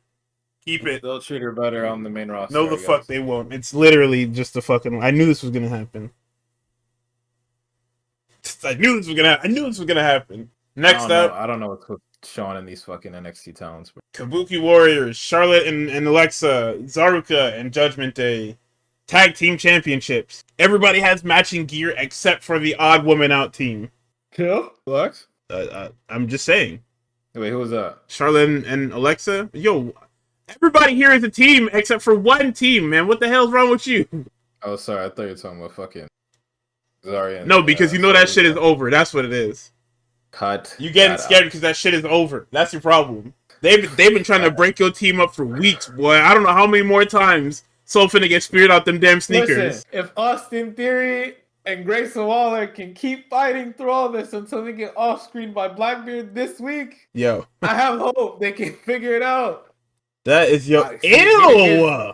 Nah, because here's the thing. All right, I don't know if you noticed. I don't know how many people in the audience noticed, right? But in one of the Zarka TikToks, actually, I think it was a Twitter post, but in one of the Zarka TikToks, right? Them niggas were practicing a lot of gymnastic shit, okay? And they hit one of them this week. It was the one where fucking Soraka gets up on Zarya's shoulders, holds her hand, and then fucking, I think she comes down, like she jumps off and fucking kicks some nigga in her fucking chest. All right? They practiced that, and it worked out. You know whose move that is, right? Okay. No. That's KC squared. What is it? Katana Chance and Kaden Carter. That was their finish. All right. Well, we stole that. So. Well, yeah. I mean, they're fired, so I would take it too. We practiced that on TikTok. So this shows our how strong the bond is. One little spirit that doesn't mean anything. It's fine. Nigga, we can go back and find like 5 instances of this happening in the last 4 weeks. It's one. Okay. Chat room, I can go back in my notes and see, and probably type in Zarya Spears, and it's Soul 80% of the time. You're gonna ignore that? So, Oscar's wearing a funky little bodysuit. We want Charlotte Chance. Let's see, we've got Zaruka completely eliminating Charlotte and Alexa. We got a funny spot here, where Alexa was like I think she was being held up by Zarya, and they were doing like the, she just can't reach tag thing. But because Charlotte's fucking arms are so long, she has to like kind of shrink her arm back to make it seem like they can't tag. Oh man. So we get a Charlotte hot tag. She gets an awesome fucking spear on the rocks. I don't know what it is with spears that weekend, bro. Charlotte hits that spear on the rocks and rock explodes, man. And this shit is awesome. We get a soul snatcher on the Charlotte. Charlotte just fucking dies. Zaruka set up for the spear with the little backstabber spear combo. Charlotte saves Alexa and Soul gets annihilated. Can we talk about the energy coming off of this Charlotte Alexa team? Like, this is crazy fucking energy. Like all over this fucking match. Them niggas holding each other in the fucking corner at one point. It was that. It was warming up in the corner. That shit was so crazy. I'm fucking with it. Nah, me too. I'm just saying that's crazy energy coming from that team. It's a shame the women's tag division is not real. I'm fucking with it. I feel like if these two are going to be in there, and you have the Kabuki Warriors, the tag team division should be like a real thing. I wouldn't be upset. I mean, they can't because NXT like has their own locations, but like if the tag division consisted of like every brand under the WWE umbrella, I mean, they were doing that at one point. That is true. Teams were going to NXT to fight Metaphor and Zaruka and them. Yeah, they might as well just fucking keep that. Might as well move them up. NXT has no women's tag teams. Move them all up. I'm telling you. They come to SmackDown and Raw to fight. We were not fighting nobody on NXT. Listen, man. Raquel getting over organically is fun. That is fun. When there isn't a terrorist riding her fucking shit. Her shit, yeah. Making her literally the god queen of the universe. And when there isn't a terrorist riding fucking Tiffy's shit. And you don't put them together at all because they shouldn't be together at all ever again. Yeah, probably should have gave that one out. Yeah, fire. Although we might need to have a conversation about Tiffy time soon. Soon? We could have a conversation right fucking now. I've had it. I don't know. I'll say it straight up. I fucking had it. It's done. We can give her one more. Nah, the clock is stuck, bro. The ticker is stuck. I'm not changing the batteries. That's it. One more person that isn't Jade Cargill. I'm not changing the batteries in the clock, bro. It's done. Oh man. She gotta go back and build up because I'm done with this. Now that Naomi is on the other on the other brand, it's time to pack this shit up, bro. Get this belt onto somebody else who's not Jade Cargill. That's it. Get this shit onto anyone else.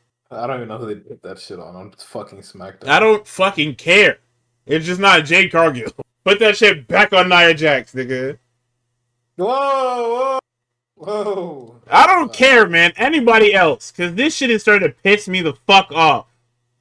It comes with KOD. We fucking hope, man. Her fingers work. Because if they don't, stop saying it. Is she's not going to be cleared till like after SummerSlam, right? They said she was cleared last week. Oh. Let's go. Oh, okay, there you go. I don't know, actually.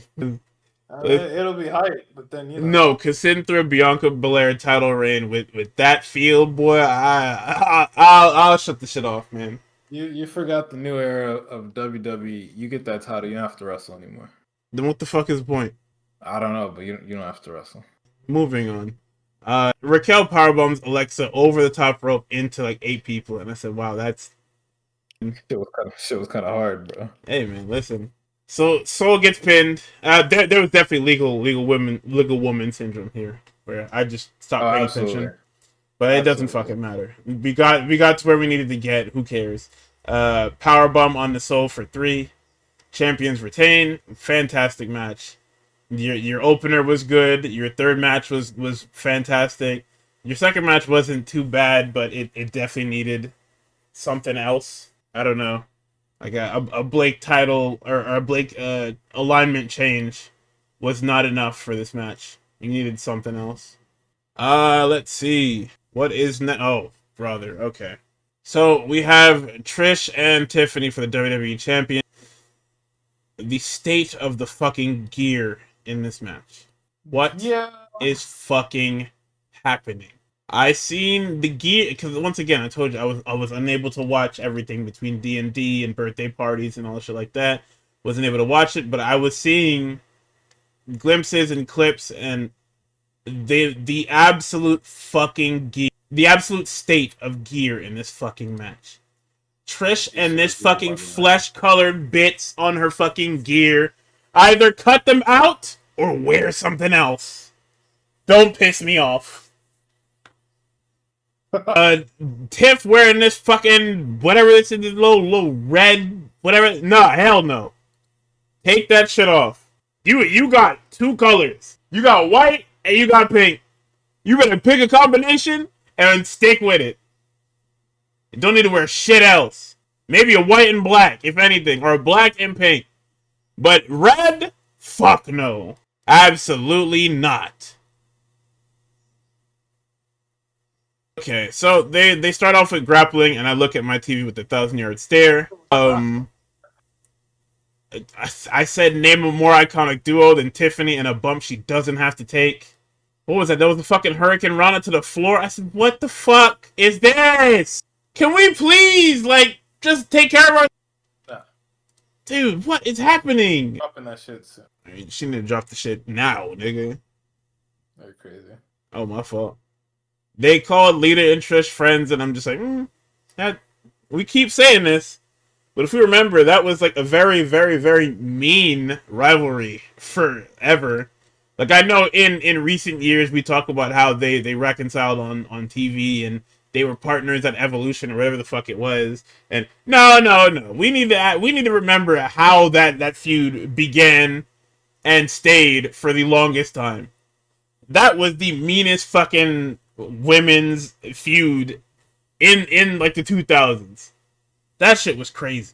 So Tiff goes for this swanton and nosedives perfectly and bails out at the end, and it was the craziest looking thing I've ever seen. So I then wrote in my notes. I don't remember when I wrote these notes. I think I wrote them on Monday, maybe I don't remember.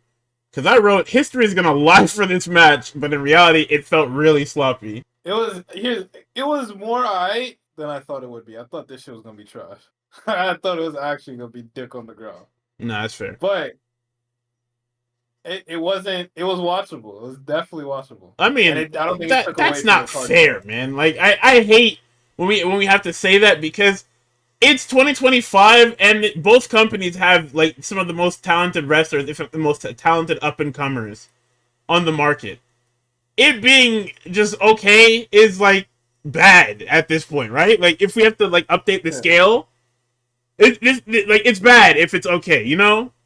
But it's not like it's not like Karrion Cross watchable. Like it's good watchable. That's not watchable at all. I don't know what the fuck we're lying for. We can tell the truth. It's just there's no guns here. Like, we can talk about Karrion Cross. Yeah, Ari Emanuel, no, it's not blowing up our phones, telling us to fuck off. We'll get to that fucking idiot tomorrow, but like, I don't know how else to put it, but it doesn't take away from the card, right? Like, if I were to rewatch this, I don't think I'm gonna groan when this comes on. I might, just because of the gear. I mean, I'm so adamant about that gear, because when we get to All In, there's a certain individual that had the same type of gear. I'm just gonna say. It better not be who I think it is. Because we're gonna have fucking problems. I'm just saying. I might have become a fucking fan of a certain somebody over the weekend. Actually, I have no idea what you're talking about. That's fine. We'll get to it. Like, I feel like I have an idea, but actually I have no fucking clue anymore. So, in the end, they fuck up Tiff's little transition thing. Somebody's gonna say, oh, well, you're not gonna talk about the Trish moonsault and the Hurricane Run and no! What? Why? We kind of did. Why? It was kind of unnecessary, but hey. Damn, that DDT, what the fuck? Are you talking about one on the chair? Is she flattened, shorty? No, the one on top turnbuckle. Oh, yes, okay. That shit was kind of quick, bro. Hey, I don't know if that was fully safe, but hey. Got through it. So they fuck up Tiff's little transition thing, and then we get the Alabama Slam into the prettiest moonsault ever for 3. This one was just here for me. For me, this one was just here. I could have done without this. Then we move on to Naomi and Jade Cargill. No holds barred with Bianca Belair as the special referee. You want to take this one? Them niggas show me fucking Metro Boomin, man. What the fuck? What? I mean, well, I fuck with Naomi. I fuck with Bianca. You almost said something dangerous. Almost got you kicked out the club. Fuck with Jade Cargill. Lying like shit. I don't know if I'm of the opinion this match did not need to happen because I think it was just the way everything was set up. Jade and Naomi fought at WrestleMania. Jade beat the fuck out of Naomi at Elimination Chamber. You having this match and then having Jade win again doesn't do anything for me. I understand that like we're doing some like meta levels of booking to where it's like, you think you know what the plan is, but you don't because I'm bald and I'm 2 steps ahead of you, right? But it's like I didn't need, and it's a street fight too, and it's just like I don't want to say I'm burnt out on street fights, but I'm really no, you are, because SmackDown has had one like every other week. Yeah. Like it hasn't been every other week, but it feels like it's every other week because every 2 weeks SmackDown has the most gigantic fucking match ever on the card. So it's like I'm kind of sick of this shit, kind of over it. And the people that are working this, well, half of them aren't good, right? Naomi is good. Naomi is really good, and she does her best. And there are a lot of cool spots in here. There's a fucking. I would say the trash can spot, but they kind of fucked it up. Like Naomi had to fucking. She dumped that trash can on her, and Shorty just fell over. I said, "Hey, what? Right. Hello? Wow. What happened here?" You know, it is exactly what you expect out of a street fight. Niggas get suplexed onto the fucking floor. There's a bunch of table shit. There's a bunch of chair shit. You know. I also don't know what, and this is where all these fucking stipulation matches get me, right? I don't know what. A street fight, no holds barred. It's fake. It's fake. It's fake. There's no difference. Just and at this point with the ref, like, does this technically also become a last woman standing if Bianca is constantly checking on Jade to make sure she's not fucking dead? Is it also a last woman standing? What is it? It's all the same shit. Just don't worry about it. Yeah, I don't know what's going on, but you know, there's some shit here. Jade hits a spear. You know, there's a spot here with a red toolbox, and I'm like, wait a minute, it's not. You know, fucking Michael Cole's calling that shit the shield chair. I'm like, oh my god, it's fucking. It's the CM Punk toolbox, the one that fucking busted open Drew's head, and he started leaking everywhere. Oh my god. Yeah, but Jade throws in a fucking chair. She throws in the fucking aforementioned trash can. She throws in a toolbox, and then later on she pulls in a chair and tries to gouge Jade's eye out with the fucking one of the legs. But at one point Naomi opens up the fucking toolbox, grabs the whip, or not whip, a fucking chain, and then I think chains, or not chains. She's fucking like has a chain around Jade's head, or at least tries to. But we gotta get our strong woman spot, and she fucking overpowers Naomi and throws her on the fucking in the middle of a canvas. But I mean, it is your standard street fight. Yeah, fucking at one point. Actually, no, there's a fucking stupid ass spot. Okay, so she was busted open because I seen it on her nose. I said that. Is that always there? Tape? Yeah, later. I saw that everything. Yeah. I said, okay. Yeah, fucking Jade or Naomi wipes fucking her blood and Jade's hair. Crazy. Hey man, listen. I understand. I'm literally in the camera business, but like. It doesn't even look like the other cameras that niggas use, bro. Like they didn't even try. Like that shit has to be like a fucking, oh my god. So she fucking hits Naomi with it and then throws it over to where the crowd is, oh my god, the camera. And I'm looking at shit, it's like nobody fucking. I just said okay. Who was believing that? She even throw it. It felt like she just like put it down softly. I thought, oh, okay. But yeah, it's your average street fight. Yeah, listen. Everybody's saying that this is a little bit of a crazy spot here. Oh my god, fucking Naomi has Jade like underneath the announce table that they constantly remind. Yeah, this is one of them. This is one of them ones. This shit don't break. This shit don't break for shit. What? Shit don't break. Fucking Naomi hits Jade with a fucking basement drop kick. Fucking breaks the TV. TV sparks. Fucking smoke that comes off that shit. Oh, okay. We get a fucking sparking, smoking fucking LED screen. Niggas can't even fucking get a replica of fucking Aria Mira. Alright, man, whatever. Fuck cares. Listen, you know about this company. Look where where we cut corners, man. Let me go see how the fucking finish goes, because Jade gets put through a table. Jade gets fucking beat up in this goddamn match. The fact that she wins after all this shit, crazy. No, she wins with that fucking jaded through the table, and it's the craziest shit I've ever fucking seen. Yeah. I mean that derogatory, by the way. Like, I don't think that's what we should have did, but listen, that's what y'all wanted for her. It works. It was certainly a match. Everybody's like, oh my god, this was a great match. I'm like, yeah, this was certainly a match. I mean, it was better than their Mania match. You had the fucking cheat code. Yeah, the cheat code of it being a fucking... You had a stip. No DQ. Stip match. No DQ stip match. So Jade wins again. Well, yeah, we can't beat her till she's champion. I don't know. She got to go film that movie with that abuser. So who even know? I mean, at the same time, it's like niggas are just filming shit. You see what Foggy said? What do you say? Nigga Foggy said, hey, this Kang shit was never in the plan. We was not making him no Thanos level threat. He lied. Nigga said, yeah, no shit, man. He lost the fucking Ant-Man. Oh, yeah, no. They said you booked your monster heel to get fucking jobbed to by your fucking mid-carder. Mansour is so fucking stupid. When you put it like that, I mean, because that was it. Bro, they really did book. That's exactly how that shit was set up too. The fucking marketing for Quantum Mania was crazy. They had fucking Kang stomping the fuck out of Scott Lang, telling us, "Have I killed you before?" I was like, "Oh shit, this nigga Scott is about to get cooked in this movie. It's about to be fun. This is must-watch TV. If you want to be caught up for fucking Kang Dynasty, you have to watch this movie." Nigga losing that first fucking movie. I'm like, alright, whatever, dude. What fucking ever. Hey, you gotta get out of here, man. He had a crazy build off of Loki season 1 too. That fucking He Who Remains shit. Oh my god. Y'all was talking crazy about it. Hold on, they might have had one of them ones. Some great booking and they fucked it. Hold on, vintage WWE. But yeah, Jade wins, and it's like, because it's like, you can't have Jade lose until she's champion. How long is she gonna be champion for? Who are you gonna make her lose to? Who's gonna be her opponent? We can say it's going to be Bianca, but like, is it really going to be Bianca? How are we going to build this? Because I'm not going to lie to you, like, Naomi put Jade on her back. Like, she actually put her in a JanSport and fucking carried her to whatever this is, whatever this was. Right now, it's over. The Bianca carry job is not that it's not that clean, by the way. I want you to you to know that it's not clean. And I fuck with Bianca too. But it's like Naomi was bringing a lot of creative, fun shit.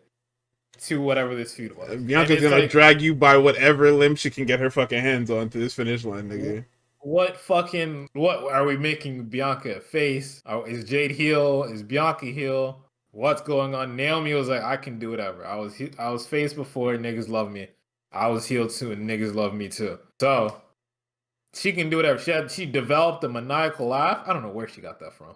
We need to do a deep dive on Naomi. Did she go to some act? She go to Juilliard? What's going on? She pulled out a fucking maniacal laughter. She started taking to social media with these briefcases that, you know, TSA probably pulled her aside for. Probably not real, but they probably like, all right, I've seen you on social media. I need to know, do you have this taser in here for real or no? Right? You know what I'm saying? Did the social media thing, because again, she can't really build in the ring with somebody that can't talk, right?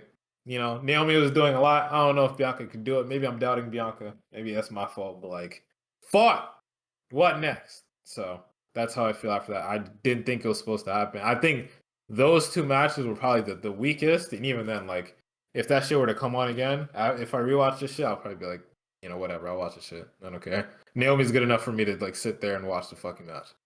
But like looking at it storyline wise, as it is, as we're here right now, I fucking hate it. I fucking hate it. I don't know what they want from Jade. I think Jade would benefit from being a heel. But the problem is, AEW had her as a heel, and she just talked. And it was like, oh, Jesus. Jesus Christ. Nobody's moved, bro. This isn't moving me. Sorry to say. Like, AEW debuted her as a heel and everything. She was a heel. She stayed a heel the whole time. It didn't work. They gave her a little faction. The faction blew up for whatever fucking reason that niggas don't want to tell us.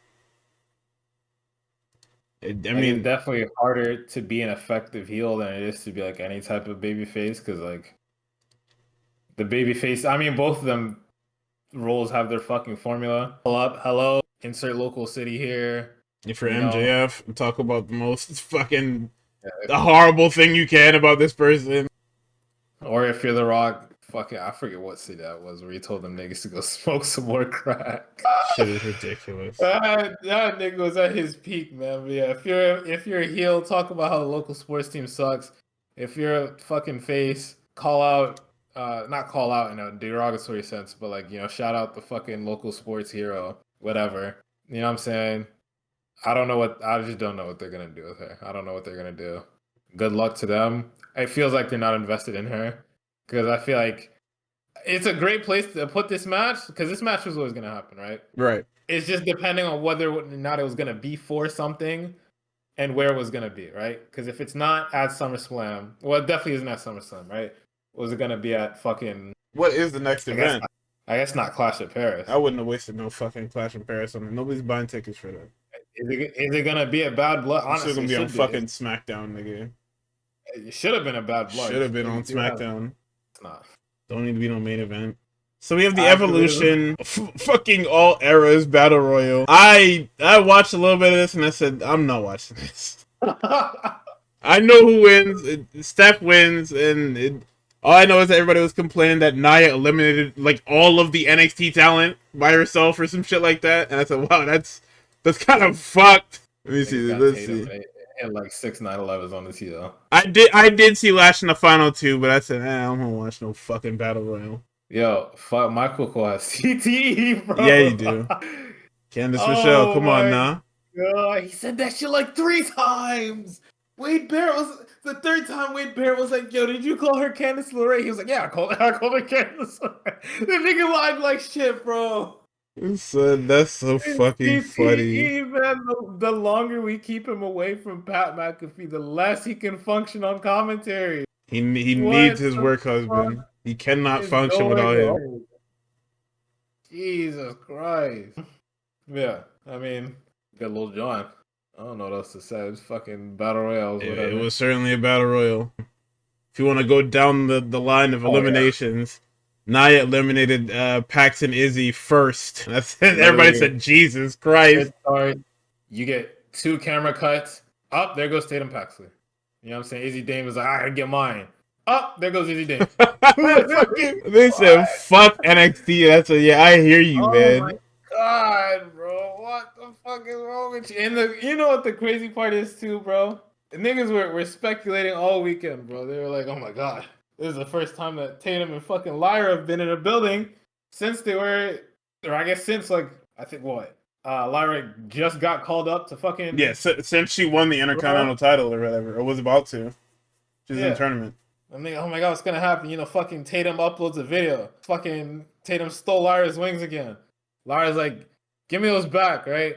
Here comes fucking Izzy Dane, cutting the corner, talking about some, she good, my nigga. Back up. She's good. Back up. She's good. And you gonna get them, you gonna get the fucking wings back.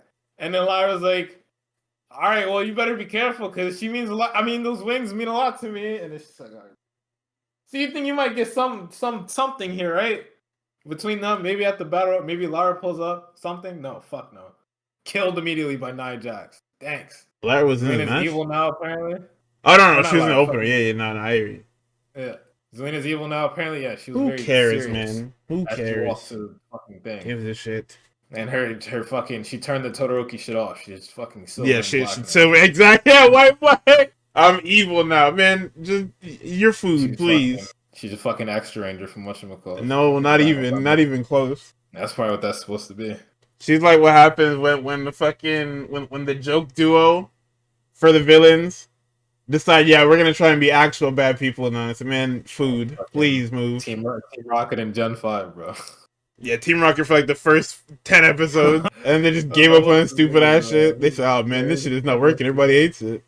Oh god. So we now go to the main event of all main events of that fucking weekend for WWE. It's Rhea Ripley and Io Sky for the World Heavyweight Championship. Oh my god, Io Sky wrestling. Io said, I have had these weighted clothes on forever. Zooming around, she's jumping off of shit. Man, Rhea tried to get that electric chair face buster. Io said, man, get the fuck off of me. Acai moonsault. They go into the crowd. Io hits that damn crossbody off the equipment. I said, Jesus Christ. I was mad at this spot because I wanted them to just do it flush. Where Io dives through and tries to get the sunset bomb. And I was like, oh, they're not going to do it. She hits her into the full power bomb and then does this. Man, if you would just slingshotted the sunset, I mean, granted, Rhea probably would have killed herself now, but oh yeah. If y'all would have just did it shotgun style, it would have been so fucking cool, man. For whatever reason, fucking ref bump. Fucking ref bump for no reason. I understand they wanted them niggas to fucking go out into the crowd again, I guess. Well, actually, no, I think there's only... No, that was the first time, yeah. No, these only niggas that went in the crowd. Yeah, they wanted niggas to go out in the crowd and do some shit and had Io jump off that fucking tall-ass shit because they know she can do it because she did this shit in Lucha Underground. It's like, come on, man. Ref Bob, come on, man. She was dead for fucking ever, brother, ever. Ref is revived as Io hits that damn moonsault for 2. He tries the second moonsault, but it turns into a top rope C4. Both women are down, and the music hits. Naomi is here. And I'm not gonna lie, even though I knew it happened, my brain auto-corrected, or was trying to auto-correct, and then I was expecting Jade to cut Naomi off, even though I knew Naomi won already. My brain had just auto-corrected to this, because it's just like, okay, well, Jade is still lurking somewhere. So Naomi comes in. There's like a really weird, I don't know if anyone else, I mean, you had to have caught this because it was on the feed, but there was a really odd miscue about how they did everything. Yeah. Naomi runs down. She hands Alicia her briefcase. She said, ring that fucking bell. Ring that fucking bell. She takes the briefcase back because she's meant to hit Io with the briefcase. Io is in the right position. Everybody's in the right position. The bell hasn't rung yet. As Naomi is screaming for niggas to ring the bell rings. And it's just a whole fucking mess. She finally hits Io with this damn briefcase. Alicia Taylor was holding on to that shit. Yeah, they rang the bell as Naomi was screaming, ring the bell. And then they rang it twice. And it was like, dude, whoa. Yeah. What the hell happened here? You niggas are on pay-per-view. Take your fucking time. I mean, an eternity already passed because Naomi walked down to the damn ring. Yeah. She didn't sprint or nothing. She power walked down to the ring. Niggas did not want to sprint down that ramp at all on any company this weekend, bro. God damn. Limped. No. She power walked like shit. Yeah, she was. Yes, she was selling, but that was crazy. That looked crazy when you're fucking it's the longest fucking. Now come on, don't do this. Come on. Oh, buddy. We don't care about no fucking psychology right now. You're cashing in. You're going to become the champion. Do it. Do it now. Yeah, also, SmackDown lost another shooter with this. No, they know what they're doing. They're all in on the tag teams being the crown jewel of SmackDown. Nobody else matters. Hey, fuck it, right? Just get rid of the brand split. No? Fucking. What was I about to say? But yeah, good match. I don't I'm glad Naomi had a successful cash in, right? I do not like that. I think literally the only thing because myself, I put myself in the fucking mentality of like, yes, Jade is going to win at SummerSlam, and then Naomi cashes in, and then we're free of Jade Cargill terrorism, right? Right. But like, I guess the story just abruptly ends with. I mean, the story was over because Jade beat her once. Jade beat her twice. Like, realistically, what are we gonna do? Have Jade beat her a third time? Even if Naomi gets her leg back, the story doesn't go anywhere. Yeah, like the story should have ended after WrestleMania. They just fully fucked it, pretty much. Like it's top to bottom just fucked. And like it's like cool that Naomi gets to terrorize Raw instead. Like seeing the reaction or seeing the interaction that she got, except for one, was pretty cool. You know the clip that's going around now of her talking to Steph, I think is mad cool. I think it was very cool. It's super awesome. But it is just like, damn. Now I don't have any reason to watch any Jade Cargill segments. At least before it was just like I was watching Jade Cargill segments for Naomi. Now I don't have. Yeah, because I was waiting for the Naomi maniacal laughter. You brave as hell. When she operates around the corner and hits her with the fucking briefcase and it says, "You should have proceeded with caution." That was crazy. No, because that scene was crazy, right? Because what directions were y'all walking?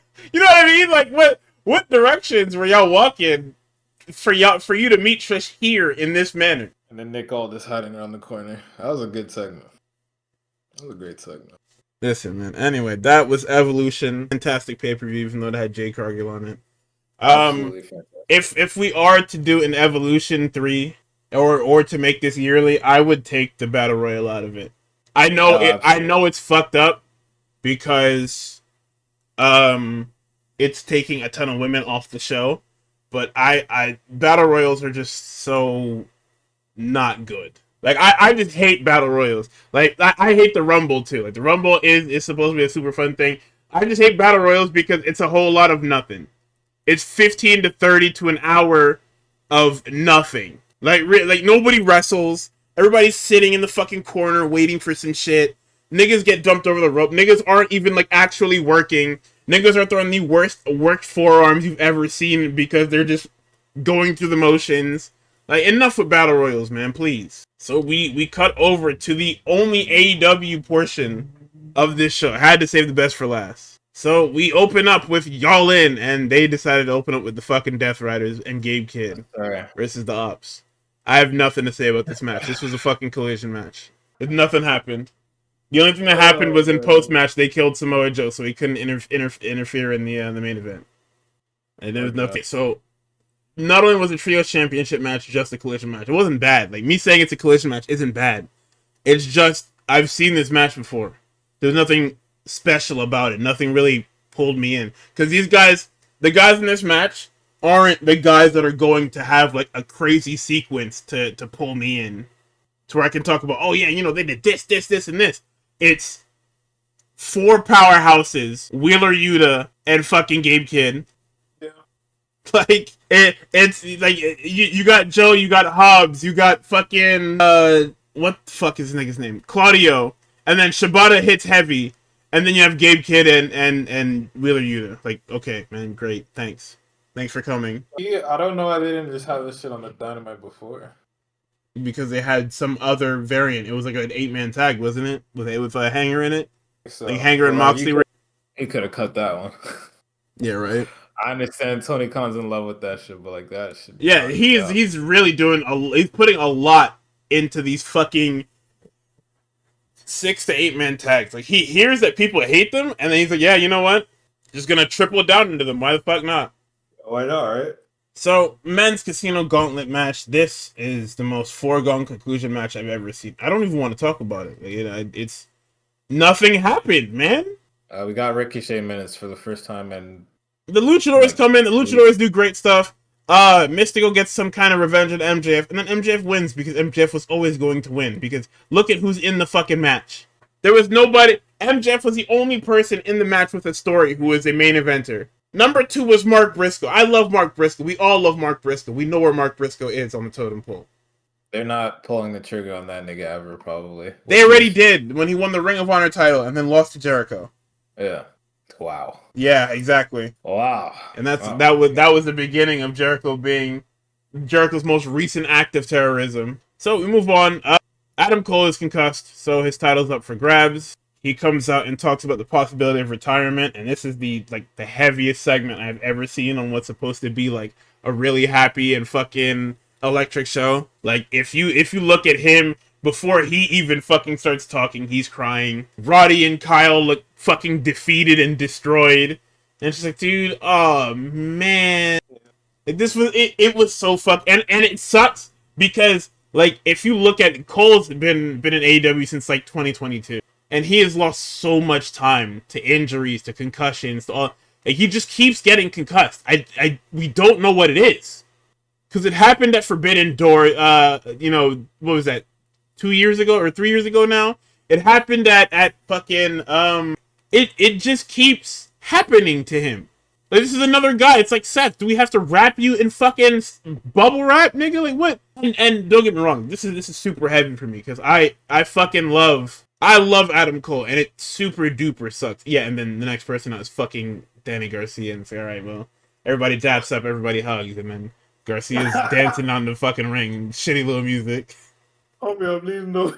Oh my god, I gotta listen to it. So it's Daniel Garcia, it's the natural Dustin Rhodes, Protostar Kyle Fletcher, and Sammy Guevara for the vacant TNT Championship. So, I mean, it's a fatal 4-way. It's certainly a fatal 4-way.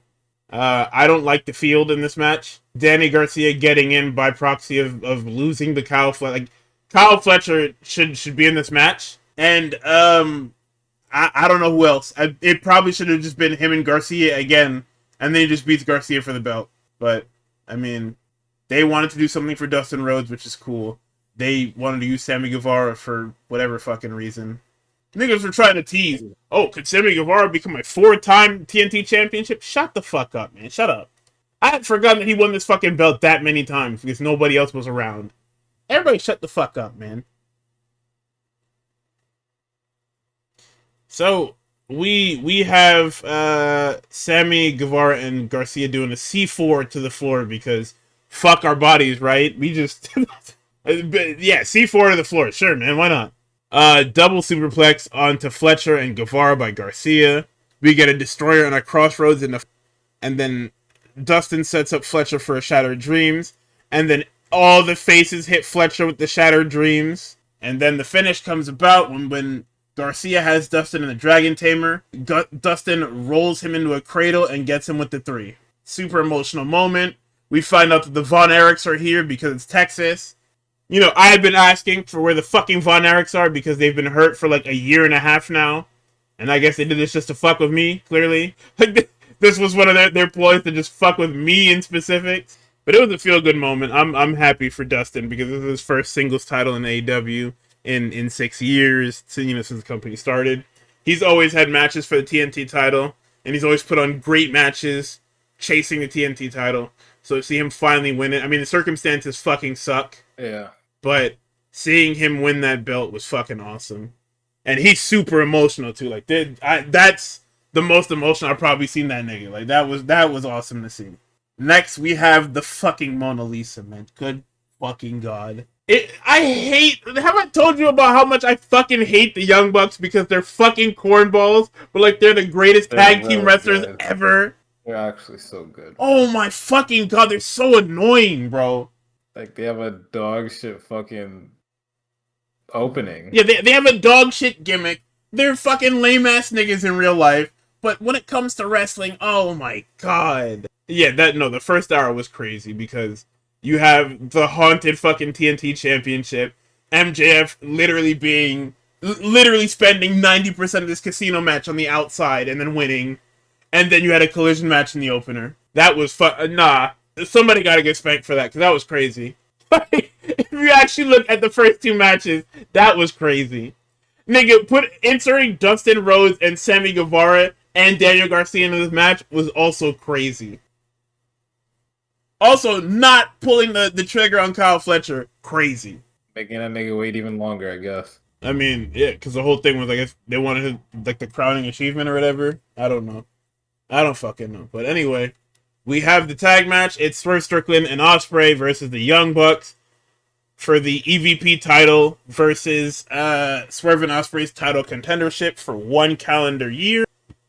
Swerve comes out as one of the Egyptian gods or something, I don't know. And Ospreay is the product placement man of this match. He gets a whole Assassin's Creed thing, and they even have like the little lower third for Assassin's Creed. Shadows being, 25% off or whatever for the weekend. Shout out to AEW dropping the price of a Ubisoft game. You know, whenever he like gets the really big Assassin's Creed shit, I'm always just like, oh, I didn't even know there was a new Assassin's Creed coming out. You know, fully forgetting that it's a fucking yearly game. No, it's not. It's not that yearly. I believe it's still it's bi-yearly now. Okay, I guess. Or biannually. Right. Sorry, forgot about terms. Ospreay's body being beat up is fate. He's hurt. He's hurt. They did kill that guy. He's hurt. He's hurt. They killed him. He's gonna be gone for a while, which means I'm gonna have a horrible time. He's hurt. He's hurt. It's okay. He's hurt. It's not just Netflix. Ricochet steps up. It's okay. Ew, man. What the fuck? The fuck are you doing, man? What are you doing? What the fuck? Ask about some Ricochet. What kind of shit is that? Bro, what? Anyway, it's a very good start. And the Bucks start this off by being the actual tag team, so they are hitting these niggas with everything they fucking can. Like, the entire story of this match is, you and Swerve are friends, but we have been the greatest tag team ever for the last 15 years, nigga. Like, the Bucks have been the greatest tag team in history for the last 10 years. It's honestly fucking insane. Or sorry, 15 years. So, we get a Sky Twister off of Swerve's back for 2. Ospreay becomes a heat magnet. They break this nigga all the way fucking down to build this hot tag. Ospreay hits that damn springboard Pele, gets a hot tag, and then they hit that fucking sequence, man. Super kick, fucking forearm, super kick. Niggas get hit with everything.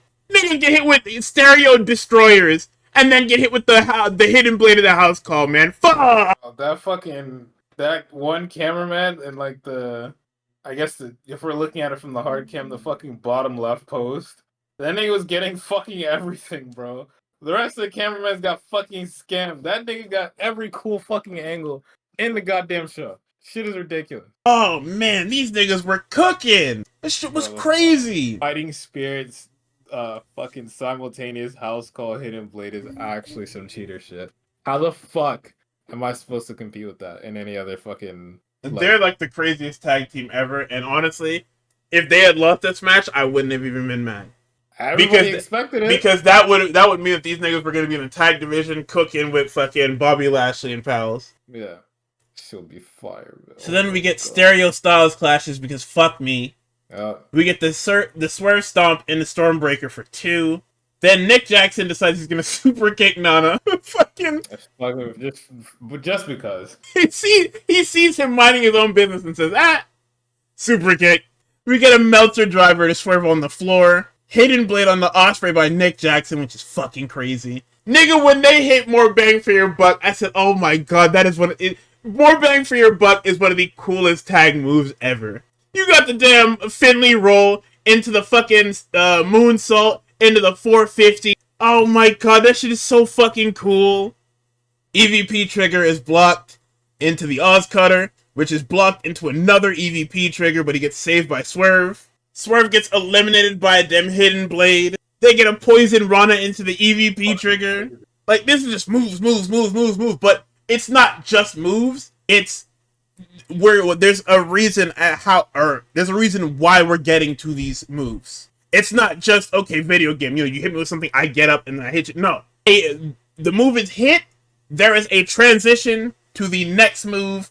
Like, these two are masters when it comes to putting together a tag team match. They know how to put together a tag team extravaganza. It's the reason why they are literally one of the greatest tag teams of all time, if not easily a top 3 of all time in terms of putting together tag matches, and even probably resume, if we're being completely honest. They're one of the only tag teams to have wrestled in the Tokyo Dome, in Wembley, in fucking in Arena Mexico. I think they did Arena Mexico, right? Probably. But yeah, these niggas are so important to tag team wrestling. It's just annoying having to talk about them outside of wrestling. So we get a Meltzer driver for 2. They crucify Ospreay and hit him with like 7 super kicks. Swerve gets ahead of him and has straight ass to face, and it's like, yo, okay, hey, the hell's going on here? Like, he gets in front of Ospreay, but he has Ospreay's whole face resting on his ass, and I say, hey, what's going on here? Hey, move from there. He gets a couple of super kicks. He blocks EVP trigger, and Ospreay annihilates Nick Jackson, nigga. Fucking shit is crazy. Hit that nigga hard as fuck. Oh my god. They hit the Swerve Stomp Tombstone for 2 onto Matt, and then boy do they get him with that fucking Hidden Blade House Call combo. Oh my god, they killed these niggas, boy. They sent these niggas to hell. Actual fucking Guilty Gear IK, bro. I've never seen anything like that. Oh man, they did that nigga to finish it. The Bucks are now vanquished. Thank God. Yeah, right? Had enough of that bullshit. Do to something productive. So we get the Women's Casino Gauntlet. The order of entry was Statlander, Bane, Nightingale, Mello, Tekla, Hart, Aminata, Shirakawa, Athena, Rosa, Shuri, and Windsor. Shuri and Windsor being the surprises, the, in quotations, jokers. So Estat is walking down to the ring. Commentary says that she hasn't challenged for the big belt since 2021. And I said, what the fuck? Yeah, because when she came back in like, I believe, late 2021 or 2022, she was dealing with Jade Cargill. She was the one who dethroned Jade for the TBS title. Okay. So she was dealing with that, and then I believe she's the one who lost to Julia Hart, I believe it was. Like a weird little thing. But Christ, man. Yeah, so this... Just put some respect on Stat. No, fuck no. Why would we? Stat's not Mercedes Moné. Come on. Stat's not Tony Storm. She could be. Nah. Okay. So I don't know what the rules of this fucking match are, because Sky Blue, Penelope Ford, and fucking and Harley Cameron are just at ringside. So Penelope is doing the thing that she does. Harley Cameron pops up and chases her, and Anna Jay is the other one that's at ringside. Sorry, not Harley Cameron. Anna Jay was there. They're running around. Then Sky Blue comes down with Julia Hart, and she kicks Meg in the head. She's hitting DDTs and suplexes, and the ref is like, yo, can you leave? Can you please leave? And I'm sitting here like, eject her! What do you mean, please leave? Please go somewhere else. Ref, can you do... Hello, ref! Do something! Ref, blow the whistle, hello! Anyway, we have a stupid-ass spot to where Mina puts Sky Blue in a figure 4. Sky Blue taps out, and Mina's like, oh, I win. Because she thinks that Sky Blue is in the fucking match because she's in the goddamn ring. That is a spot they put in this fucking match. Which means that Sky Blue being in there doing everything under the sun is intentional. It's stupid. So Athena comes down to the ring. She wipes out literally everybody. Then we have Shuri out next. And she comes down, faces off with Athena and Shirakawa. Statlander powerbombs Bane off of the apron onto everybody. And then in the finish, Shirakawa sets up the figure 4, and then she gets hit with the craziest O-face I've ever seen for 3. So, here's the thing about Athena winning, right? It's a thumbs up. But it's also a thumbs down. Because where is Athena Prime? Ring of Honor. Ring of Honor. What is she currently? The Ring of Honor Forever Ring of Champion. Honor. Why is Ring of Honor still plaguing my AEW TV in 2025? We need a TV deal. You can go kill TNA for the fucking what's that shit that Bischoff is on now? Fox Nation.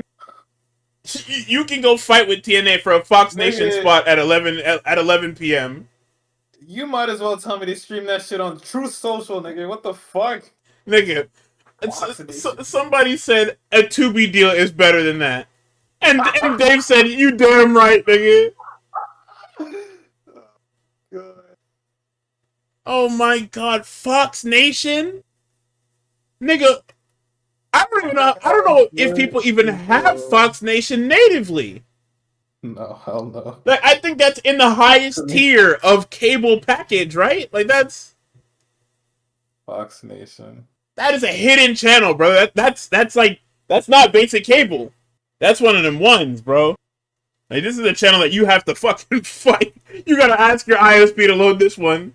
Or, sorry, you gotta ask your television provider to load that one directly on your cable box. Access Fox Nation through participating TV providers like Dish and Sling. Wait, no. It has to be more than Dish, right? It has to just be like cable providers. Because if it's honestly, Sling is funny, by the way, because Sling is like fake cable. Sling is like one of those things where you pay for cable, but you get like weird channels. You don't even get like, you get like the basic cable channels, but you get like also weird shit in there. Nation on Verizon Files. You get like El Rey Network and shit on Sling, combined with your Cartoon Network. Crazy. So in the next match, we have the patriarchy of Nick Wayne and Christian against Jet Speed and the Champions Hurt Syndicate for the AEW Tag Team Championship. Wait, did we get to the person whose gear you didn't like? No, not yet. Okay. No, well, I do want to give a shout out to Willow Nightingale and her fucking chaperone gear. Oh, is that what that was? Yeah. I guess it's very close to what it is, if not damn near identical. Damn. Shout out Willow. Shout out you, nigga. I would have never caught that. Twitter's trying to feed me that, you know. Yeah, shame on you, nigga. Trying to pass that off. Boy, fuck you. That's what the niggas told me, man. Okay, no, I will talk about Penelope Ford and them fucking chaps. I don't know what kind of fucking material that was. That was crazy. I don't know what the hell you had on. You had like you had a shirt tied into a tube top. You was wearing fucking hot pants, not even hot pants. You was just wearing like a bikini bottom or something, or look just like panties. And then you had fucking, you had these damn sequined, not even sequined, it's like damn mirror chaps on. You're not supposed to think too hard about it, right? You was in the red, white, and blue. You was Americana'd out. Salute to you. You know, we in the Lone Star State. I had to. So we have FTR at ringside because they will be challenged. I guess they're next up. Is the whole thing? Is that finally Stokely has Heyman powers to where he can sweet talk Tony Khan? Giving the people what they want. He probably asked to take Tony Khan to Wingstop. That's why he got the shits. He invited him to the cookout.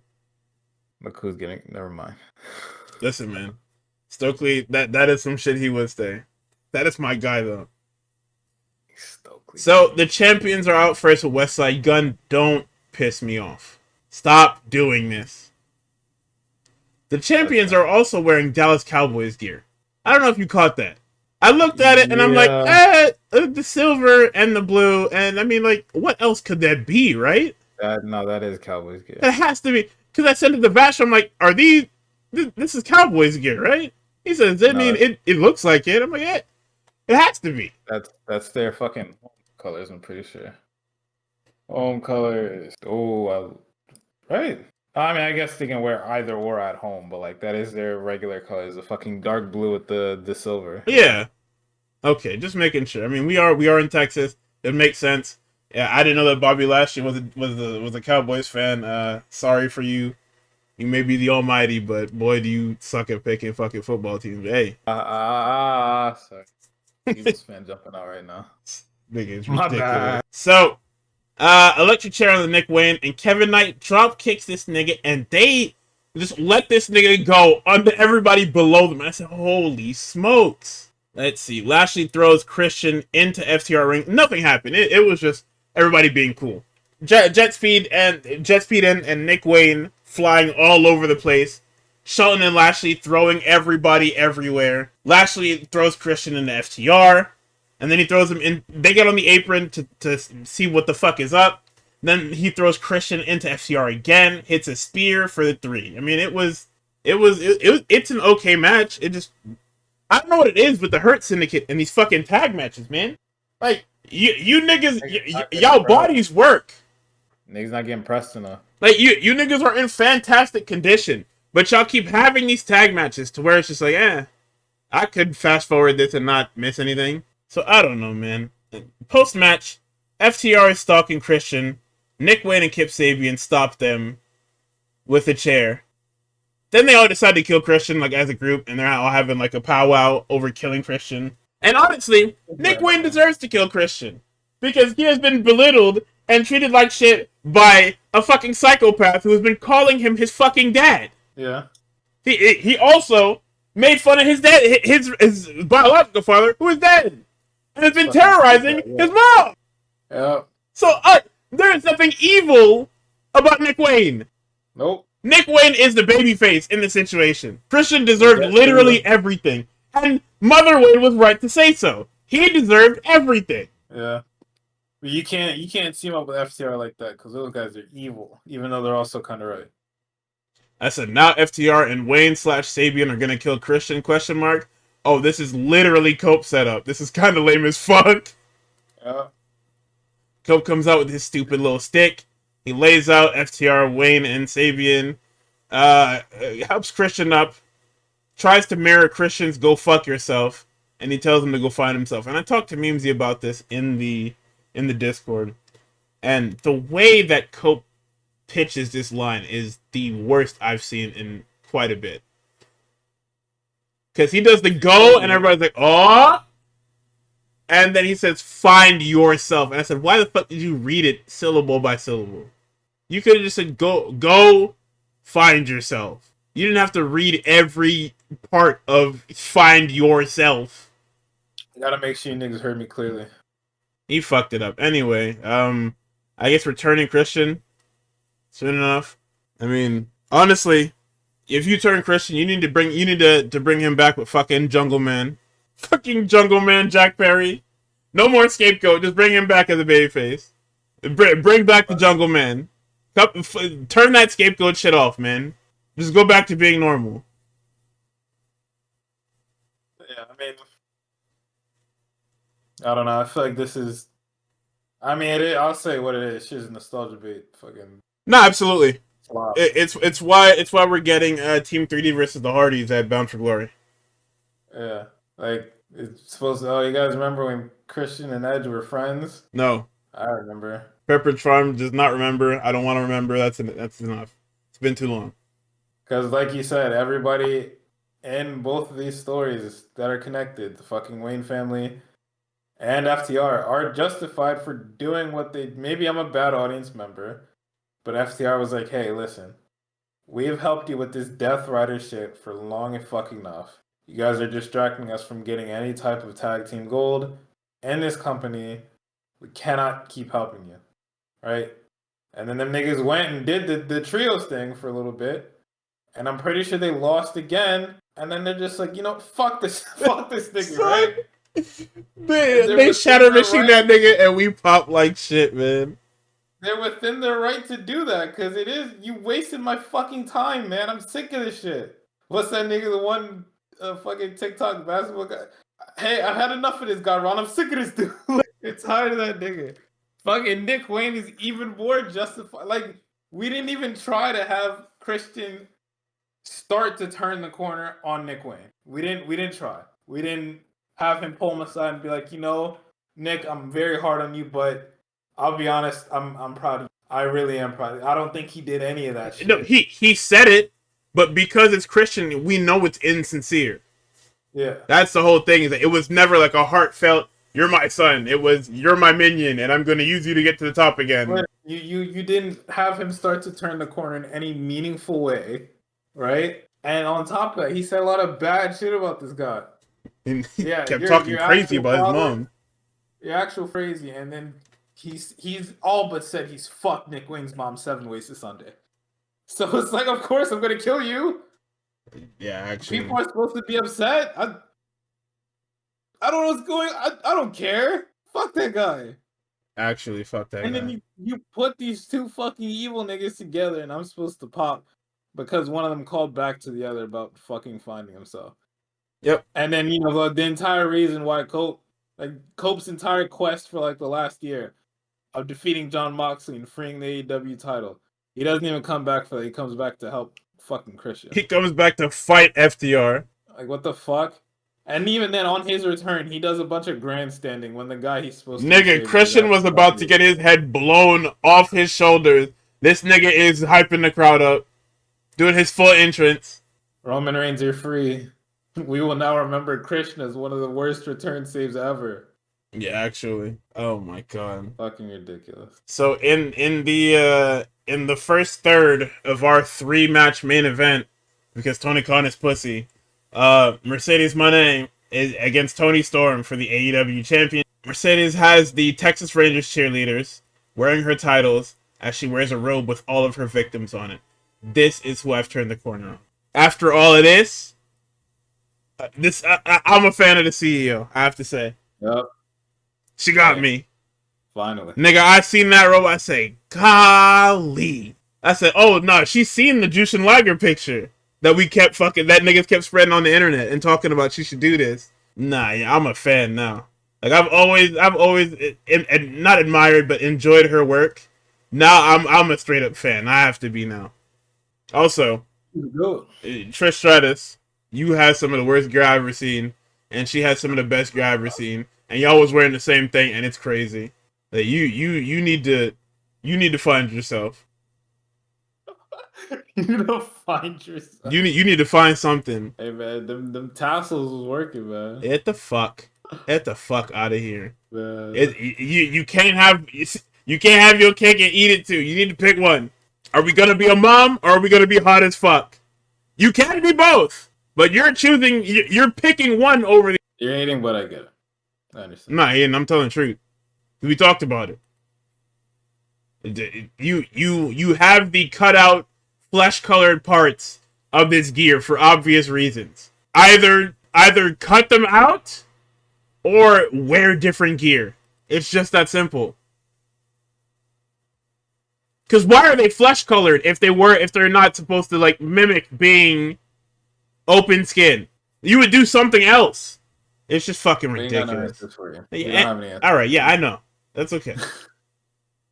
She decided to put together a little fucking John, alright? She ain't see how hard niggas was coming that weekend. Yeah, whatever, man. She ain't heard that Willow Nightingale was fucking pulling chaperone shit, alright? She ain't know that Willow's pulling that out the closet. She thought she could just put some shit together.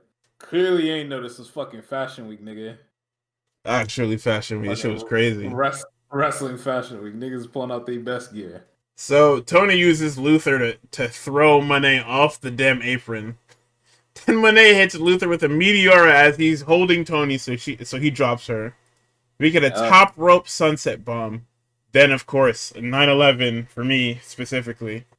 She hits that damn corner sunset bomb, and I said, "Man, please leave this shit alone." Oh, you know who my wife is, right, nigga? Nigga, we got that dirty ass power bomb on the floor. Tony locks in the crossface chicken wing. Mercedes bites her way out of it. And in a bit to return fire, Mercedes goes for a tombstone. Tony reverses it, and then we have one of the most ridiculous spots I have ever seen ever.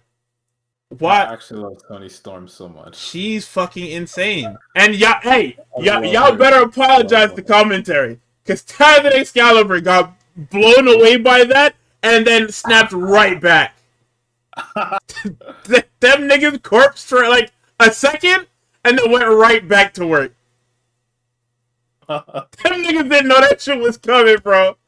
Nobody do this shit. Tony is a real worker, man. She did that. Them niggas said, "Hey, whoa, hey!" Right back to work. This shit was fucking good, man. Tony hits a triple Storm Zero for 2. I said, what the fuck kind of near fall is this, nigga? Cradle pile driver 3 times for a 2? I don't want to sound like an old head, but nigga. I gotta put her over even though I'm about to fucking win, alright? I'll make her look strong as shit. That's the CEO, nigga. Yeah. Damn, her nose is fucked up. Sorry. Crazy style, yeah. So then we get a Mercedes cradle while holding onto the ropes for 2. We get the statement maker struggle transition, and then we transition into an STF. Then we finally get the Tony Storm kiss of death into the second rope Storm Zero for 3. Which is a shock to me. It shocked the shit out of me. I certainly thought that we were gonna finish the damn Chaos Emeralds here. Oh, that green one is a bitch to get, bro. Let me tell you. Shit is crazy. It should just flew off. Shadow the Hedgehog, he stay on that shit, bro. He's not giving up that green emerald for nothing, bro. Can't get it back. So I guess now, you know, Mercedes is about to drop all of her shit. Nah, I don't think so. I don't even know all of them. She'll probably keep one. Nigga, we need a women's division, man. Apparently not, nigga, because we need a women's division, man. we got Athena coming up. I actually have too many hoopers. We need a women's division. Somebody has to tell this nigga, yo, you have too many good wrestlers to not have at least a few of them hold titles. Because we can break this program into like bigger chunks now, right? We don't need to do the fucking 8-mans anymore. We don't need to have the Death Riders around as much anymore. Or we could have Marina Shafir wrestle if you want the Death Riders around. Death Riders is still staying around. Because them niggas, I thought that they were going to tell a story with them, but I mean, we'll talk about it. Niggas don't have any fucking, we'll talk tomorrow, but like those niggas don't have any, or they have every single day of their time off. None of them have used time off at all. It was no PTO. It was a show this year where fucking Mox's fucking flight got canceled or some shit. Or no, it was mad close to his house. But like he couldn't get there, so he had to like drive 6 hours or some shit like that. And he did it. Pretty sure that was this year. This nigga, I don't think he's taking a single date off, really. He's always there cutting a promo or lurking in the back or something. It's nuts. Shit, listen, man. That's my ace right there. That is my ace. In a blizzard, yeah. It's my dog. So let's see what we have next. We have the fucking mouthful here. Kazuchika Okada and Kenny Omega. Continental versus International. Winner take all for the unified title. For fucking Cope, too. What the fuck? Hooper, man. Sorry. Hooper. Okay. My bad. Okada comes out and he's flanked by Callis. For whatever fucking reason. 9/11 for somebody. For Dave Meltzer. Me, nigga. Fuck. Dave saw that shit. He already had 4.5 stars on it. It don't matter what them niggas did in that match. That nigga saw Don Callis and the Don Callis family said, fuck no. I don't blame him, man, because what the fuck is this story? You got JR on commentary, which is cool. Yeah, JR being there. Shout out JR, man. Kenny and Don Callis got some history, man. Yeah, but what the fuck, man? That's not... Let it end! Let it end! You know what this is like? This is literally like if the Bloodline ended in 2021 and Paul Heyman was still chasing Roman around the fucking shit today. That's what that is. Let it go, man. Well... Let it go! Talk about some fucking shut up! Is that what's currently happening in the WWE? Nigga, I know you watched that show yesterday, bro. Is that not literally what just happened? You think I'll watch Raw, nigga? Are you crazy? Oh, my bad. I'm about to turn this WWE show off for good. This real grab shit is gonna be AEW and fucking New Japan and Japan, period. Oh my god, TJPW mentioned. I've watched because I've been missing everything else, and I've been watching fucking SmackDown. Mykey shooters, where are we at, guys? Oh my god, I didn't even know that Summer Princess passed this week. Nigga, I woke up this entire weekend. I woke up to completely different Noah results. I said, what the fuck is going on here? I'm crying, nigga. Nigga, do you know what? I missed so much shit, and you want me to watch fucking SmackDown? Cutest in the world, motherfucker. SmackDown! SmackDown don't don't even have a world champion. No, because you don't you see, you didn't see the split diopter shot, quote unquote split diopter shot. You didn't see the split diopter shot that was on Friday Night SmackDown. I'm losing control of my life, man. You can see when Cody turns heel and Cena's turning babyface. You didn't see that? Son, the only screenshot I seen was Cody mid-air about to crush this old-ass man on this fucking table. He hit that nigga with a tsunami. Nigga talking about some fucking frog splash. What kind of fucking frog? You don't jump like that. It's a fucking tadpole splash. Anyway, so, okay. Much like most of Kenny's post-surgery matches, this one is based around his diverticulitis. Lots of midsection strikes and shots. Ibushi's out here in his tight little jeans to be Kenny's second. He didn't come out with him in the rampway because Kenny had that fucking flaming Omega symbol. Demonic ass shit. This shit's fucking crazy. So, Okada runs Omega into the barricades, and Callis takes cheap shots. We get a DDT on the Spanish table.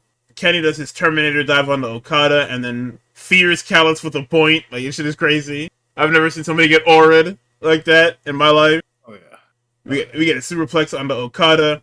The V-trigger is dodged into a German. Then a Rainmaker attempt is reversed into a cradle for 2. We get a dragon that's reversed, a dragon suplex that's reversed into a line attempt, which is reversed into another dragon. Then Okada fires back with that fucking dropkick. Like, they started slow and they built it. Yep. This is the type of shit that Okada is good. And because Kenny is such a fucking unbelievable guy, he can match him every step of the way, even with a fucking most of his intestines missing. That section, and honestly, the finish, I had no idea what the fuck was about to happen. You gotta watch the other ones. That's what it is, but Kenny is healthy. For me, it was just like the threat of the Rainmaker. I don't think, like, it's been a while since a move has felt so fucking scary for me. Every time I see that nigga getting ready for a Rainmaker, I'm like, if he hits this shit, Kenny is dead, bro. Please, Kenny dodge! Nah, and that's how it is, because the Rainmaker, even though he sometimes he does have to hit more than like 3 Rainmakers, the move itself is just so well put together that when he hits it, you're like, oh, hey. Hello, are you alive down there? So, this match was awesome. Even without, still fucking great. Like, it makes me want to watch the other ones, because if this is like, these niggas at like 75%, I need to see what. This is these niggas at like 65%, and now imagine these niggas at 100% and no Callis. I have to witness that. I have to see it. Like, there's no bullshit, just straight graps for like an hour almost a piece. Beautiful. Actually beautiful professional wrestling. So a knee catches Okada. Omega hits that dirty. I love that fucking powerbomb. The damn kneeling powerbomb into the V-trigger for 2. Another V-trigger. This motherfucker Kenny yokes up this man for a top rope dragon suplex. Okada lands directly on his face, and he's holding his face the entire time throughout this fucking pin. So we get a V-trigger. The one-winged angel is blocked into a tombstone. We get a Rainmaker for 2. Ibushi takes out Rocky Romero because he came down to ringside. Kenny hits the one-winged angel and has the visual pin, but Callis pulls Bryce out and stomps him crazy style. I pop. Nah, Bryce deserved it. I'm sorry. Yo, did he kill that guy or what? Because, like... Nigga, the stomp that he gave him was wild. Bryce didn't move after that shit, bro. I watched that shit, I was like, no way. Son, the way he stomped that nigga real good. He hit the little stutter step and stomped that. That's holy shit. He might have concussed him because that nigga did not remember that he got stomped when he stood back up. Nigga, this shit is so fucking funny, man.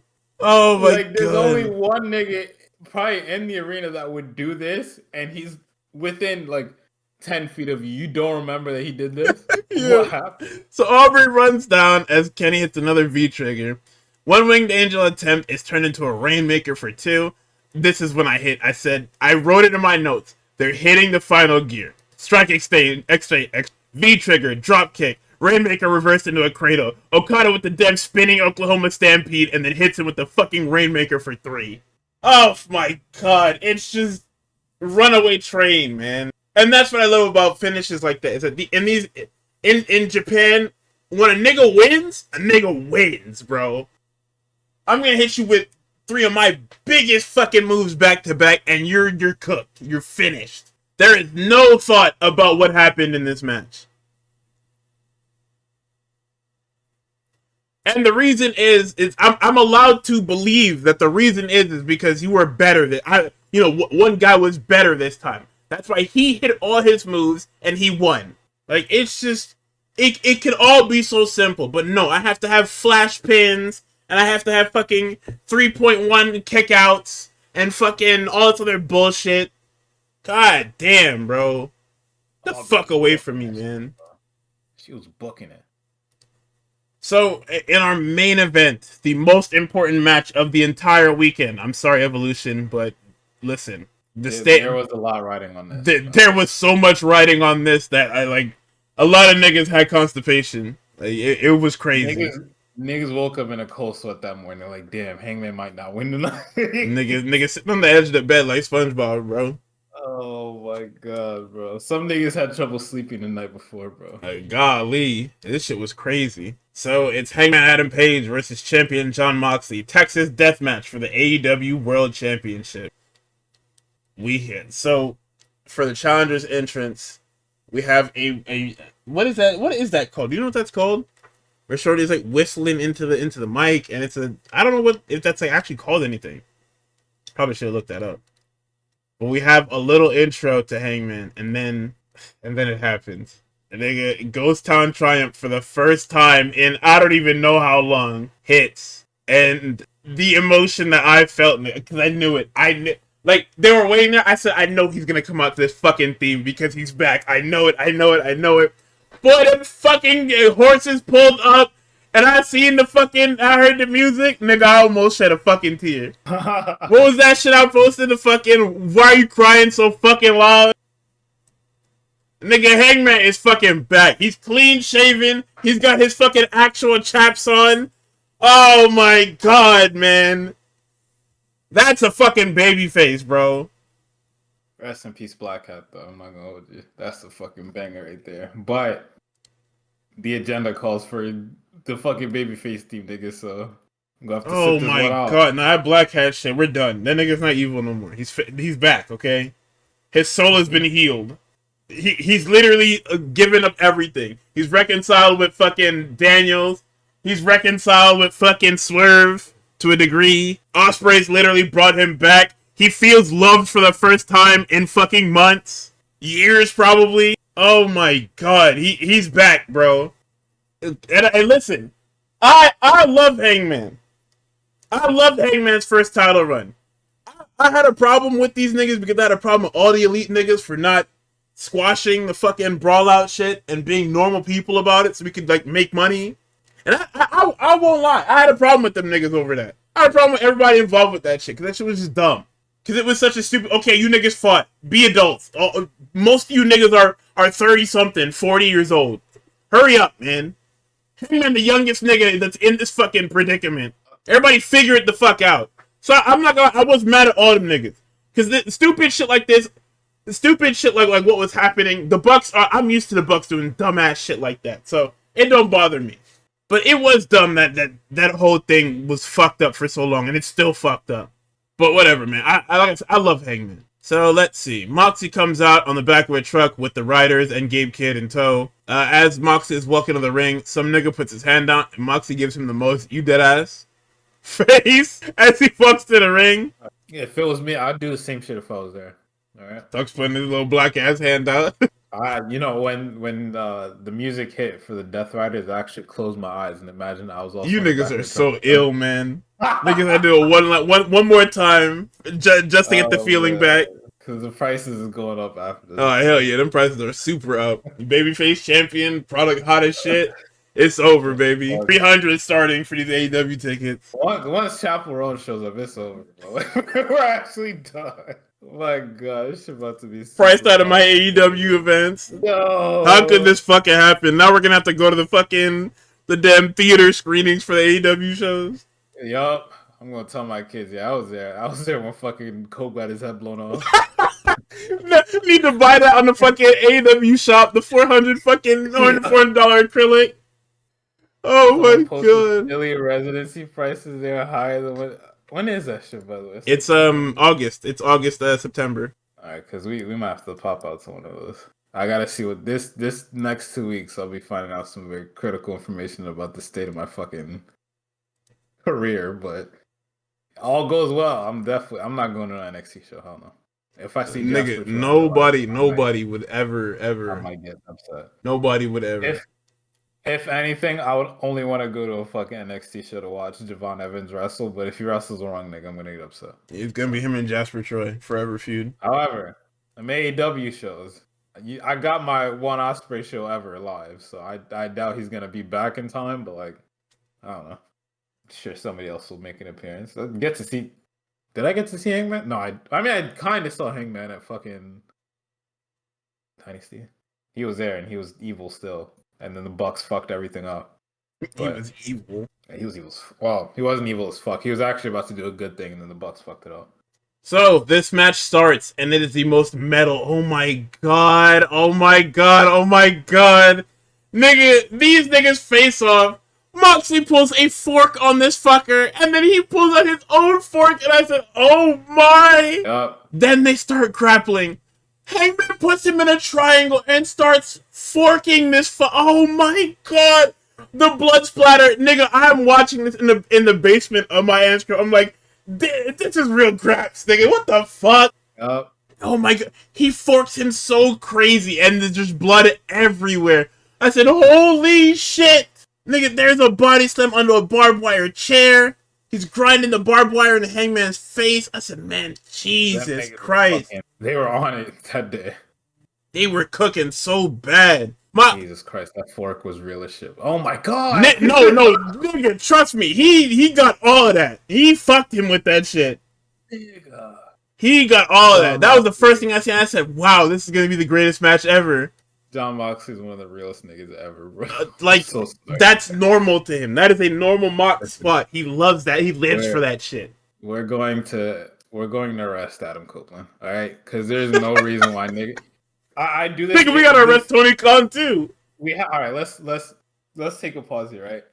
I do this Death Rider shit. Like I shoot for the Death Riders, partly because one, the theme is really good, but like these niggas are good, right? Great viral spot to start off the whole evil Death Rider shit with Wheeler Yuta and fucking Bryan Danielson and fucking what's the name that got killed. But like them niggas are good at their jobs. Fucking Adam Copeland had y'all fooled because he had like 3 title opportunities in a row for whatever reason. Because it's important. Is it really 3 though? Like 3 title defenses in a row too. Like it was in super proximity, nigga. Was it?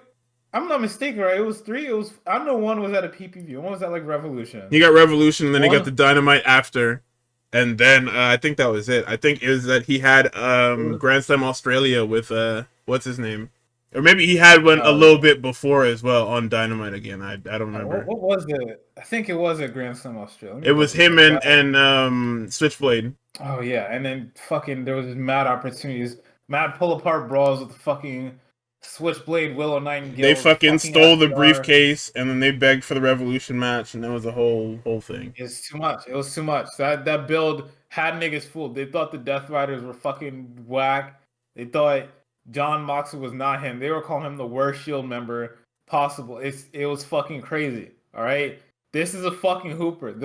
Not only did you niggas actually, and spoilers, right? The Hangman actually won. The manner in which John Moxley sold that fucking excellent. Nigga took fucking forks to the fucking his bald ass forehead like minute 2 of the goddamn match, and then kept going. Fucking mad, you know, like they were like actual graps, but like, bro, all the shit that was happening is fucking barbed wire everywhere. The niggas taking fucking probably chair shots to the head. I don't know, this match is fucking excellent. I was watching this shit in Call Gig and fucking Chris and them, bro. I was going crazy. Yeah, this shit was fucking awesome. Fucking bad. Moxley calls Marina and says, "Give me that bucket of fucking glass." So get me the glass. Nigga, man. This shit was reaching. I love this shit because Marina's supposed to be unshaken and stoic. As this match went on, her demeanor shifts to, okay, hold on. Maybe I might have fucked up and picked the wrong nigga to back. Maybe I'm not built for this. Maybe he's something, you know? Because he stomps out this fucking glass. He takes a handful and shoves it in Hangman's face. I said, holy fuck, what are we doing? Holy fuck, holy fuck. Moxley tries a power driver. Hangman escapes. Sunset flip. He drags Hangman through the glass. I said, Jesus Christ! Touchdown power driver in the glass.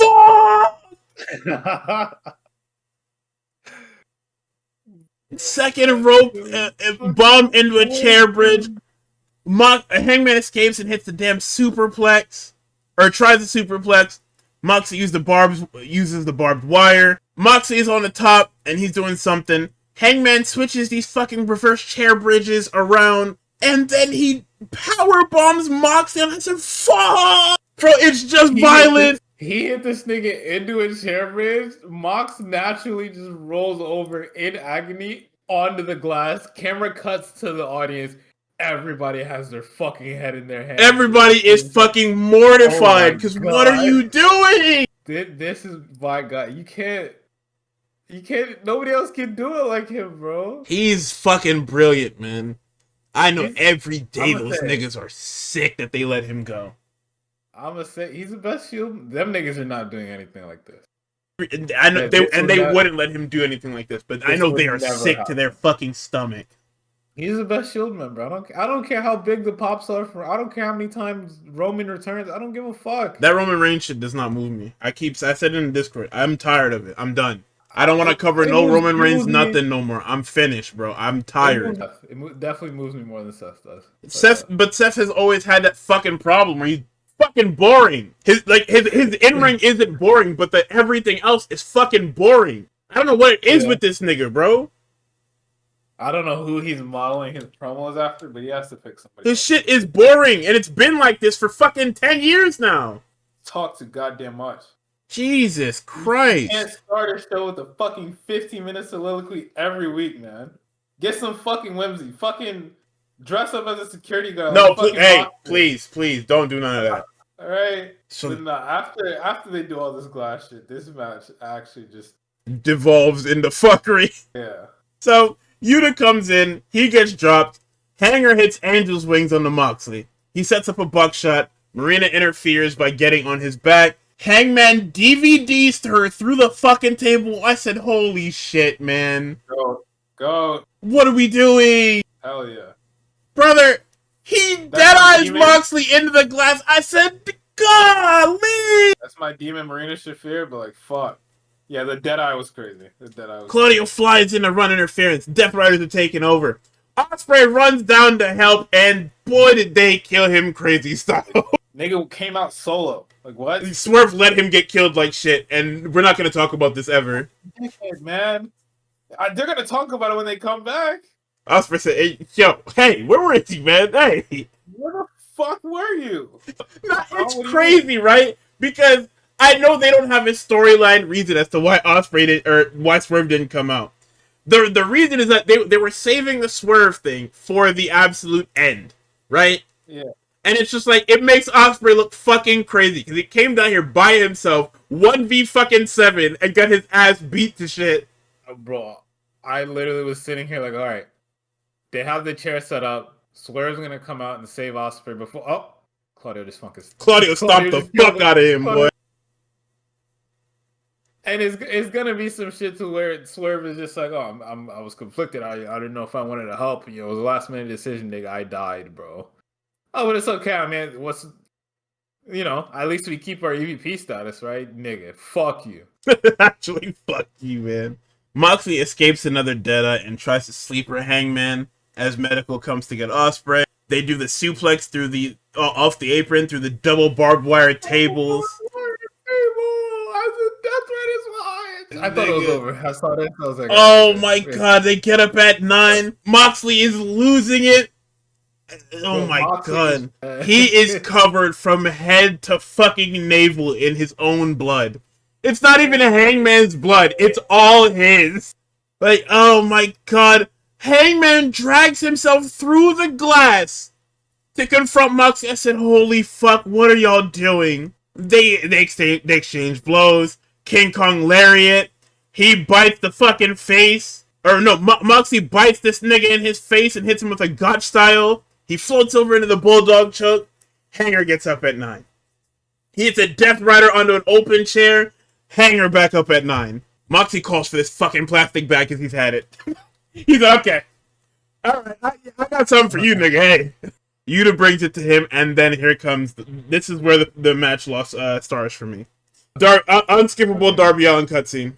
You get this great fucking fight between Captain America and Thanos, and then here comes fucking Sam Wilson on the goddamn radio talking about some on your left, nigga. Shut the fuck up. Actually, just get the fuck off my screen. Darby Allin cuts in, and it's just like, okay, dude, really? We were, like, completely fine. Darby Allin didn't even... It's so crazy, right? Because Darby Allin is literally the odd man out. Oh, well, the last time Darby Allin was on AEW TV, Mox threw him down the stairs. I don't care. Darby Allin hasn't been on TV in a year and a half.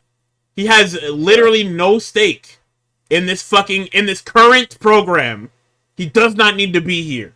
Oh, fucking Mox tied up my goddamn mentor and fucking choked him out in front of me twice. I have to get my lick back. So it's lick back Sunday. I have to get my lick back. We get a little bit of star power back when Dragon in a Blue Panther mask comes in and he takes out Yuta, Claudio, and Gabe. Then Darby drops in from the rafters, and it's alright, man. Thanks. Yeah. Also, by the way, WWE told Danielson, they're like, hey, can you stop doing the fucking yes? First thing he did when he came out. This nigga's asshole. He can't even plausible deniability it, and it was just like, I was Blue Panther, because he takes it off, goes to the corner, and does it again. This nigga's a fucking jerk, man. And then he does the fucking yes kicks, and niggas are still doing it. And oh my god, man. I popped, but also just like, fuck, we could have done this somewhere else.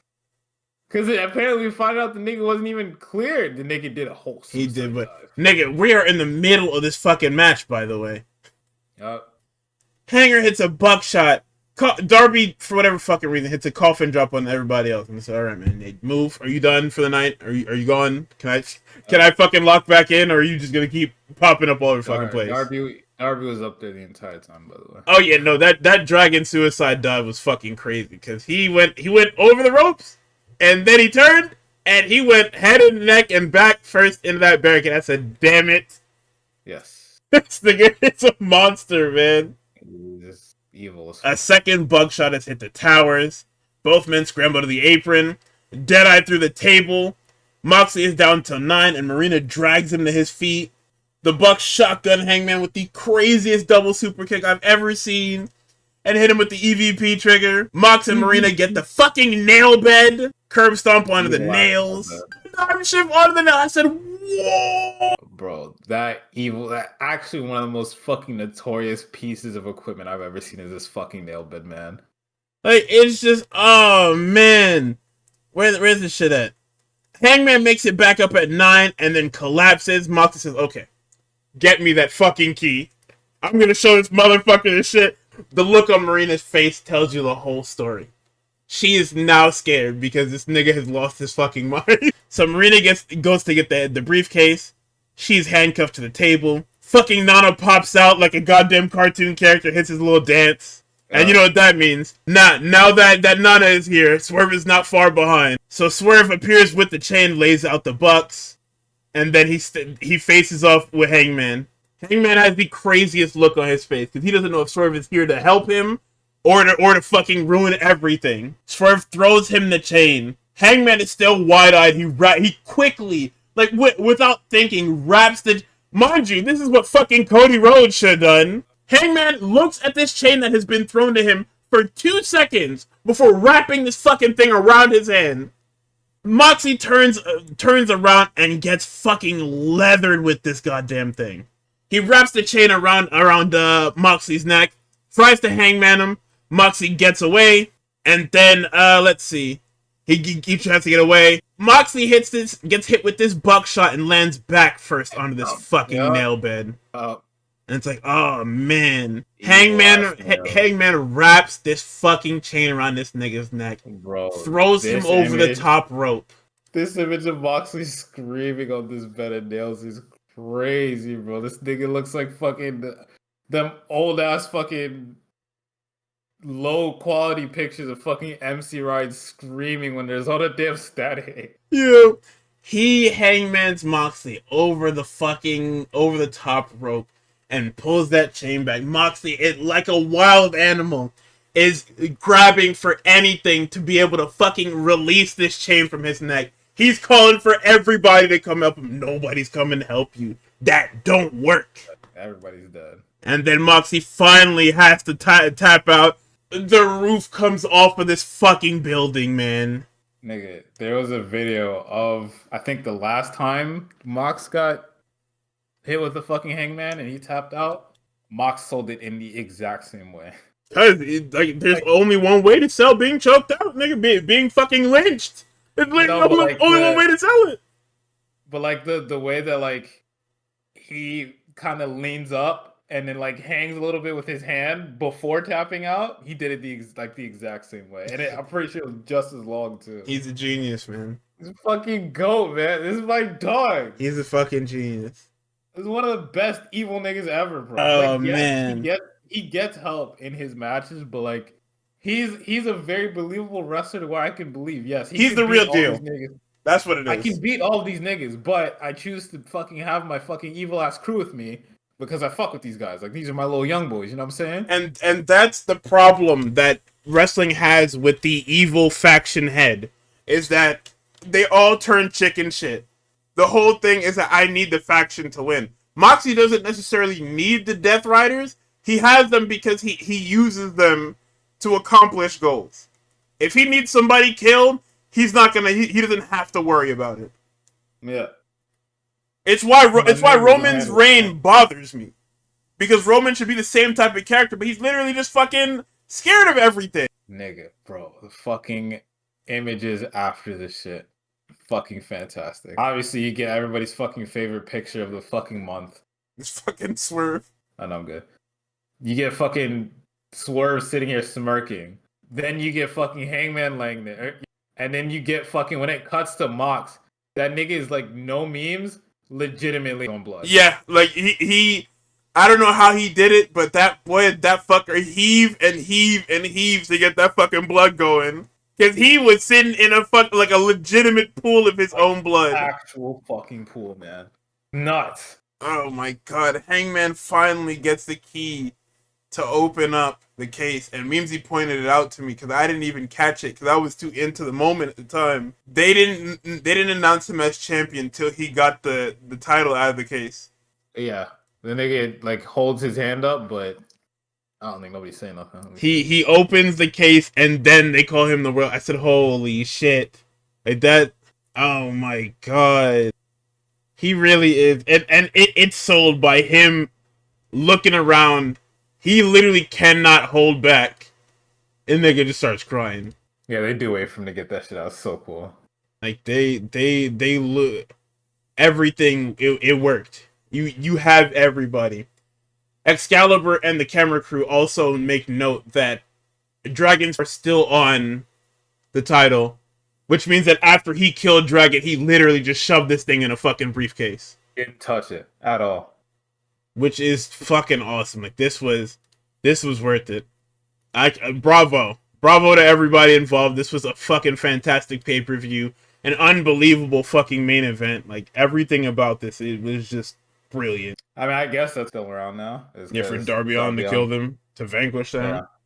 Like man, ew. I don't know how he's gonna do that by himself. Who the fuck wants to see that? Probably somebody out there. But yeah, no, this was great. Fucking, I swear, I'm sorry I had to be. I don't know how it keeps happening. But... No, it happens to him because he wants it to happen to him. Silly ass smirk was not it, man. All you had to do is just fucking. If you want to farm more, all you have to do is fucking just walk away. You hand that shit. You set up at the top of the ramp. You see that nigga win. You just walk. Get up. You walk away. Yeah, you and Nana just have to look on from the top of the ramp and then you walk away. Like, it's just. That's all you have to do to properly aura farm, but you thought that you was cool, like sitting at ringside. Waited for two different smirk angles, not one, but two different ones. Like, what the fuck is happening, man? Oh my god! Hey, fuck it, right? We're fighting a losing battle, calling this nigga corny. Whatever. Like it's crazy because he's like, I don't know how he does it. He's right in the middle of like, this is the coolest nigga on planet Earth, and also this is one of the most corny niggas I've ever seen in my life. I don't know how he does it, but niggas is right there. This shit is crazy. Yeah, that's y'all in. The fucking after party was saved. It's awesome, man. Like it's also it's wrestling. Like for lack of a better term, like it's wrestling. Like if you want to show somebody what wrestling is, show them literally the triple main event here. Show them Strickland, Ospreay, and the Bucks, and the triple main event, and it's wrestling. I don't even have to show you much from the Ospreay Bucks match. Just that one camera angle when them niggas just decided to go crazy. It's like you niggas want to go nuts for a minute 20 seconds? Yeah, let's do it. Like, I'm just in disbelief of how fucking good something can be, you know? Like that, I didn't expect to enjoy that fucking Hangman match the way I did. Like, what's that fucking Andrade clip? This is why I love pro wrestling. Yeah, man. And he's another one. Listen, man, I need them to put him in a position of fucking power soon. Oh, Andrade? Yeah. Let that nigga win some fucking something or other. Be a mainstay on TV, bro. Enough. He should have had that U.S. championship, by the way. Yeah, absolutely. But Louisiana night. Not even Louisiana. Fucking Shinsuke Nakamura, man. Well, I guess it was Louisiana night, then Shinsuke Nakamura. But like, yeah, like remember who took the best of 7 from you? It wasn't Shinsuke. Sure wasn't. Shinsuke has not retreated back into his fucking hidey hole, by the way. Stay there. Why did they put the title on Shinsuke? I told you guys why. It's because he was going to Noah. It was quite literally because he was going to Noah. And they tried to hide it like nobody was going to realize that, oh, yeah, he's going to Noah in January. Okay. So they waited and waited and waited to take the title off of him, thinking nobody would fucking notice. Man, fuck y'all. I keep saying it, fuck y'all. They didn't wanna go back to the fucking the days of, oh yeah, we just put this title on for you to do this and now you can lose it in like a week. They don't want to do that. We're better than that. That was Vince era. We're now in the fucking Cerebral Bellend era. Because not looking. Because he didn't do that. This shit is wrapped around Solo Sikoa's waist, and then it's gonna go back to Jacob Fatu, and then it's gonna go to this person, that person. It's not gonna go to the 2 mid-carders that fucking needed it. Nonsensical behavior. I did promise that we were gonna talk about TNA, so very quickly I will talk about fucking TNA main event. This is exactly why TNA has been in this. TNA is the most interesting cockroach that I have ever studied in my life. It's 23 years of a company that just cannot get it right on purpose. Every instance of I started watching TNA in 2007, I think. Because when did Christian come back?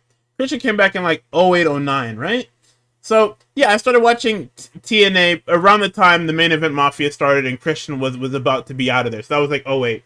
TNA was literally at its best in like 06 onward. I watched some of the absolute best of TNA week to week to week. I watched the fucking Hogan Bischoff bullshit fucking ruined TNA era of TNA. I've watched more than enough TNA to know that in their 23-year history, they have never been able to get it right. TNA has always been a company that was carried extremely hard by being able to keep extremely talented talent on hand. So TNA allowing WWE to eat their fucking food and hold their championships hostage is not a surprise to me. A guy being touted, a guy that they allow to be the best guy in their company currently, and that they say they added him to the match because of quote fan demand, and you did the best number you did in years, and you didn't send the people home happy. This is in their 23-year history. This is the best house they have ever done for a TNA show ever in North America, and you decided to motherfuck the people. I think this might be worse than what AEW did to them. Like real. Santana is gonna win the TNA title in Lowell, Massachusetts, in front of 1,000 people. I also didn't know that Bound for Glory is on the same thing. Is it? It's not on the same thing as a Heat Wave, but it's in the same place. That's fucking funny. Oh no, they were talking about Heat Wave. That's what it was. That's fucked up. Like, this is on AJ Styles' return night too. Hey man, at least Leon Slater did fucking great, and he had a great match with Moose. The opener was good. I heard. Somehow the Hardys were the tag titles again, but I mean, I can't complain. I don't care. I don't watch the program. Okay. Who gives a shit? I don't know. Like, to me, as an outsider looking in, letting JC Jane win your shit and then letting Trick retain in your house on AJ Styles' return night is nasty. Because, like, you can say, oh, yeah, Tony Khan shit on them niggas. And, you know, Kenny had all their shit. But, like, that's Kenny fucking Omega. And at least that's Tony Khan, right, saying that. It's not some random nigga. It's fucking Tony Khan. You can say, yes, this partnership brought us the best numbers that we've ever had, but it's like none of those people are over. The Hardys, every time they open their mouths in any type of interview, it's like, we want to do a fucking retirement tour in WWE. We don't want to be in TNA anymore. We want to be back in WWE. Yo, I'm glad you said that, because that's literally what it is. Like, that's what they're saying. They don't want to be in They don't want to be in TNA anymore. They're only here because nobody's called them yet. Fucking Matt Cardona. It's fucking, like, nobody in TNA is over. You tried to get Moose over, it didn't really work. Fucking Tessa Blanchard is, like, actively tanking your stock. Not anymore. She's WWE problem now.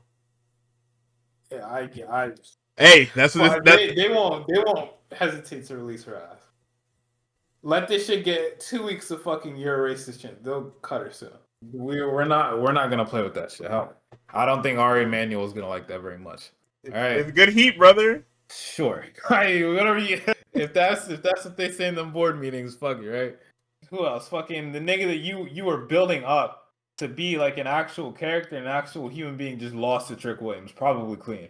You can't come back from that. Like, say what you like about Trick Williams. Niggas are starting to lie about Trick Williams too. They've been lying, but like they're really starting to lie. Niggas are like, oh yeah, he's one of the best promos in the company. I watched that clip. I was just like, that nigga didn't say fucking anything, right? And his in-ring is it's probably worse. It is worse. So, and you had your guy, right? Came over to TNA. I saw some of the shit. I wasn't watching NXT like that because, I respect myself a little bit, right? I saw like one promo from him. I was like, you know what? I'm all in. It sounds like any type of New York nigga, but I'm like, honestly, I think I'll take that on WWE. I'll take that fucking anywhere. You know? I'm like, all right, he's going to get his shit back from Trick. It'll be cool. Nigga didn't do it. Joe Hendry is over because he's one of those fucking intro guys, right? But bell rings, that's it. I haven't seen not one Joe Hendry viral spot ever. Never in my life. His most viral spot is getting fucking squashed by Randy Orton. Yeah. There's just nothing over there. There's nothing over there. Some niggas that we used to remember, and then the biggest thing that came out of that night is fucking AJ Styles coming back and Leon Slater fucking jumping up and down like he's goddamn fucking... No. Yeah, what is... somebody tell me like what the partnership does, because like as soon as WWE, if NXT ever gets tired of fucking crossing over with y'all, which honestly it should be soon because this shit can't last forever. Trick is eventually going up. JC Jane's gonna drop that shit. AJ Styles pop only works once. What is the new strategy to sell tickets? What's next? We can only lie and say that the partnership is lucrative because they did such a fucking crazy. Yeah, but that's one event. This shit is not sustainable. Yeah, they know. Because the longer this goes, the longer it looks like TNA's NXT. You start putting TNA within the hierarchy of the fucking WWE developmental, like, brands, right? Because niggas on the outside is gonna like, all right, it's LFG, and then technically at this point, LFG might be above Evolve. It goes to fucking Evolve. It goes to LFG. I mean, if we go off Jasper Troy, LFG is fucking... LFG is king, nigga. This shit might be fucking clear of TNA too. Son, you win LFG and you go straight to the main event. Like, you don't even gotta be able to wrestle, nigga. So it's like the longer this partnership goes on, the less TNA has its own identity, and the more it's just fucking another fucking WWE developmental brand, and then what does that do for your fucking numbers, right? I don't think it gets you any. I don't think it gets you any closer to a TV deal, and if it does, it's gonna be a fucking live stream on True Social. You don't have. I don't know if you have any homegrown talent, but even if from now on, it's like, why would I go to TNA if I could just go to fucking Evolve or LFG and get a fucking rocket strapped to my back instead? What does going to TNA do for me? It Which is doesn't what do niggas think anything. about nowadays. What does TNA do for me? But like, it's a legitimate question. Oh, the plan was always for TNA to get bought by WWE. What the fuck does that do for WWE? It doesn't do anything. Honestly, I was thinking about now, WWE. It's better for them to leave TNA the way it is because they have a farm system that's not a WWE farm system to where they can drop their talent off. Yeah. So I guess that works. I don't know. I'm not more interested in TNA. I'm certainly less interested. Yeah, I don't want nothing. I think the conversation around TNA, it just got so annoying to me to where people are like, oh, why? It started with that Joe Hendry shit at WrestleMania, where it's just like, oh, everybody's upset that Joe Hendry got squashed, but like that's like the biggest night of his life, and like, yes, but like, I really hope you hold on to that moment, because that's all you're gonna get. Because you're probably not gonna be back at WrestleMania. I'm gonna tell you that right now. Because niggas have been waiting for you to go to NXT for mad long. That hasn't happened. You're like, what? I hate to bring up age when it comes to this shit, because wrestling is like kind of timeless. But like, as far as like niggas putting the company on your back, you're 37, right? Niggas can also do the same thing and be like, oh, how old is LA Knight? LA Knight is 42. So it's like, technically clock's ticking on that nigga.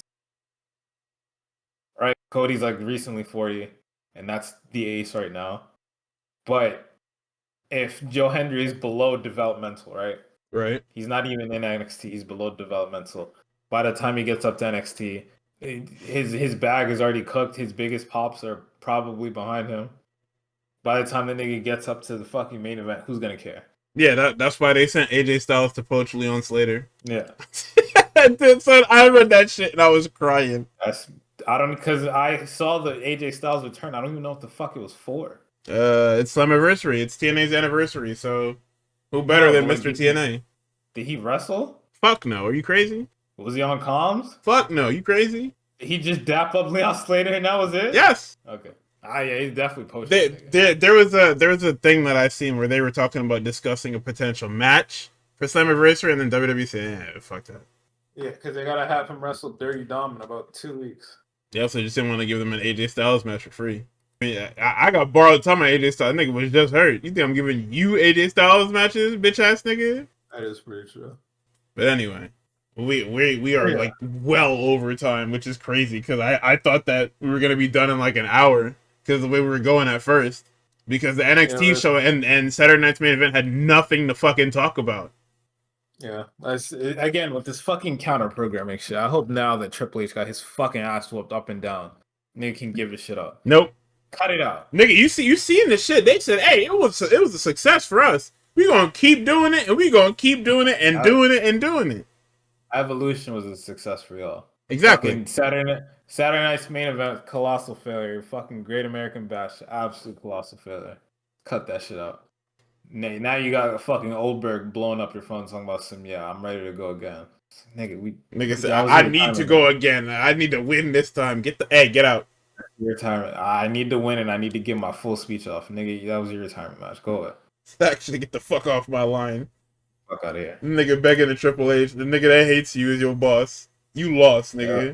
The nigga that has long-standing beef with you because he thinks you're a bitch-ass nigga. You lost, bro. Ridiculous. Fucking ridiculous. Anyway, we will be back tomorrow evening. More Graps we'll be talking about. Right after Dynamite, actually, we'll be talking about the week in wrestling. So, we will see you then. Y'all have a good night and day whenever you watch this, and Godspeed. Bye, team.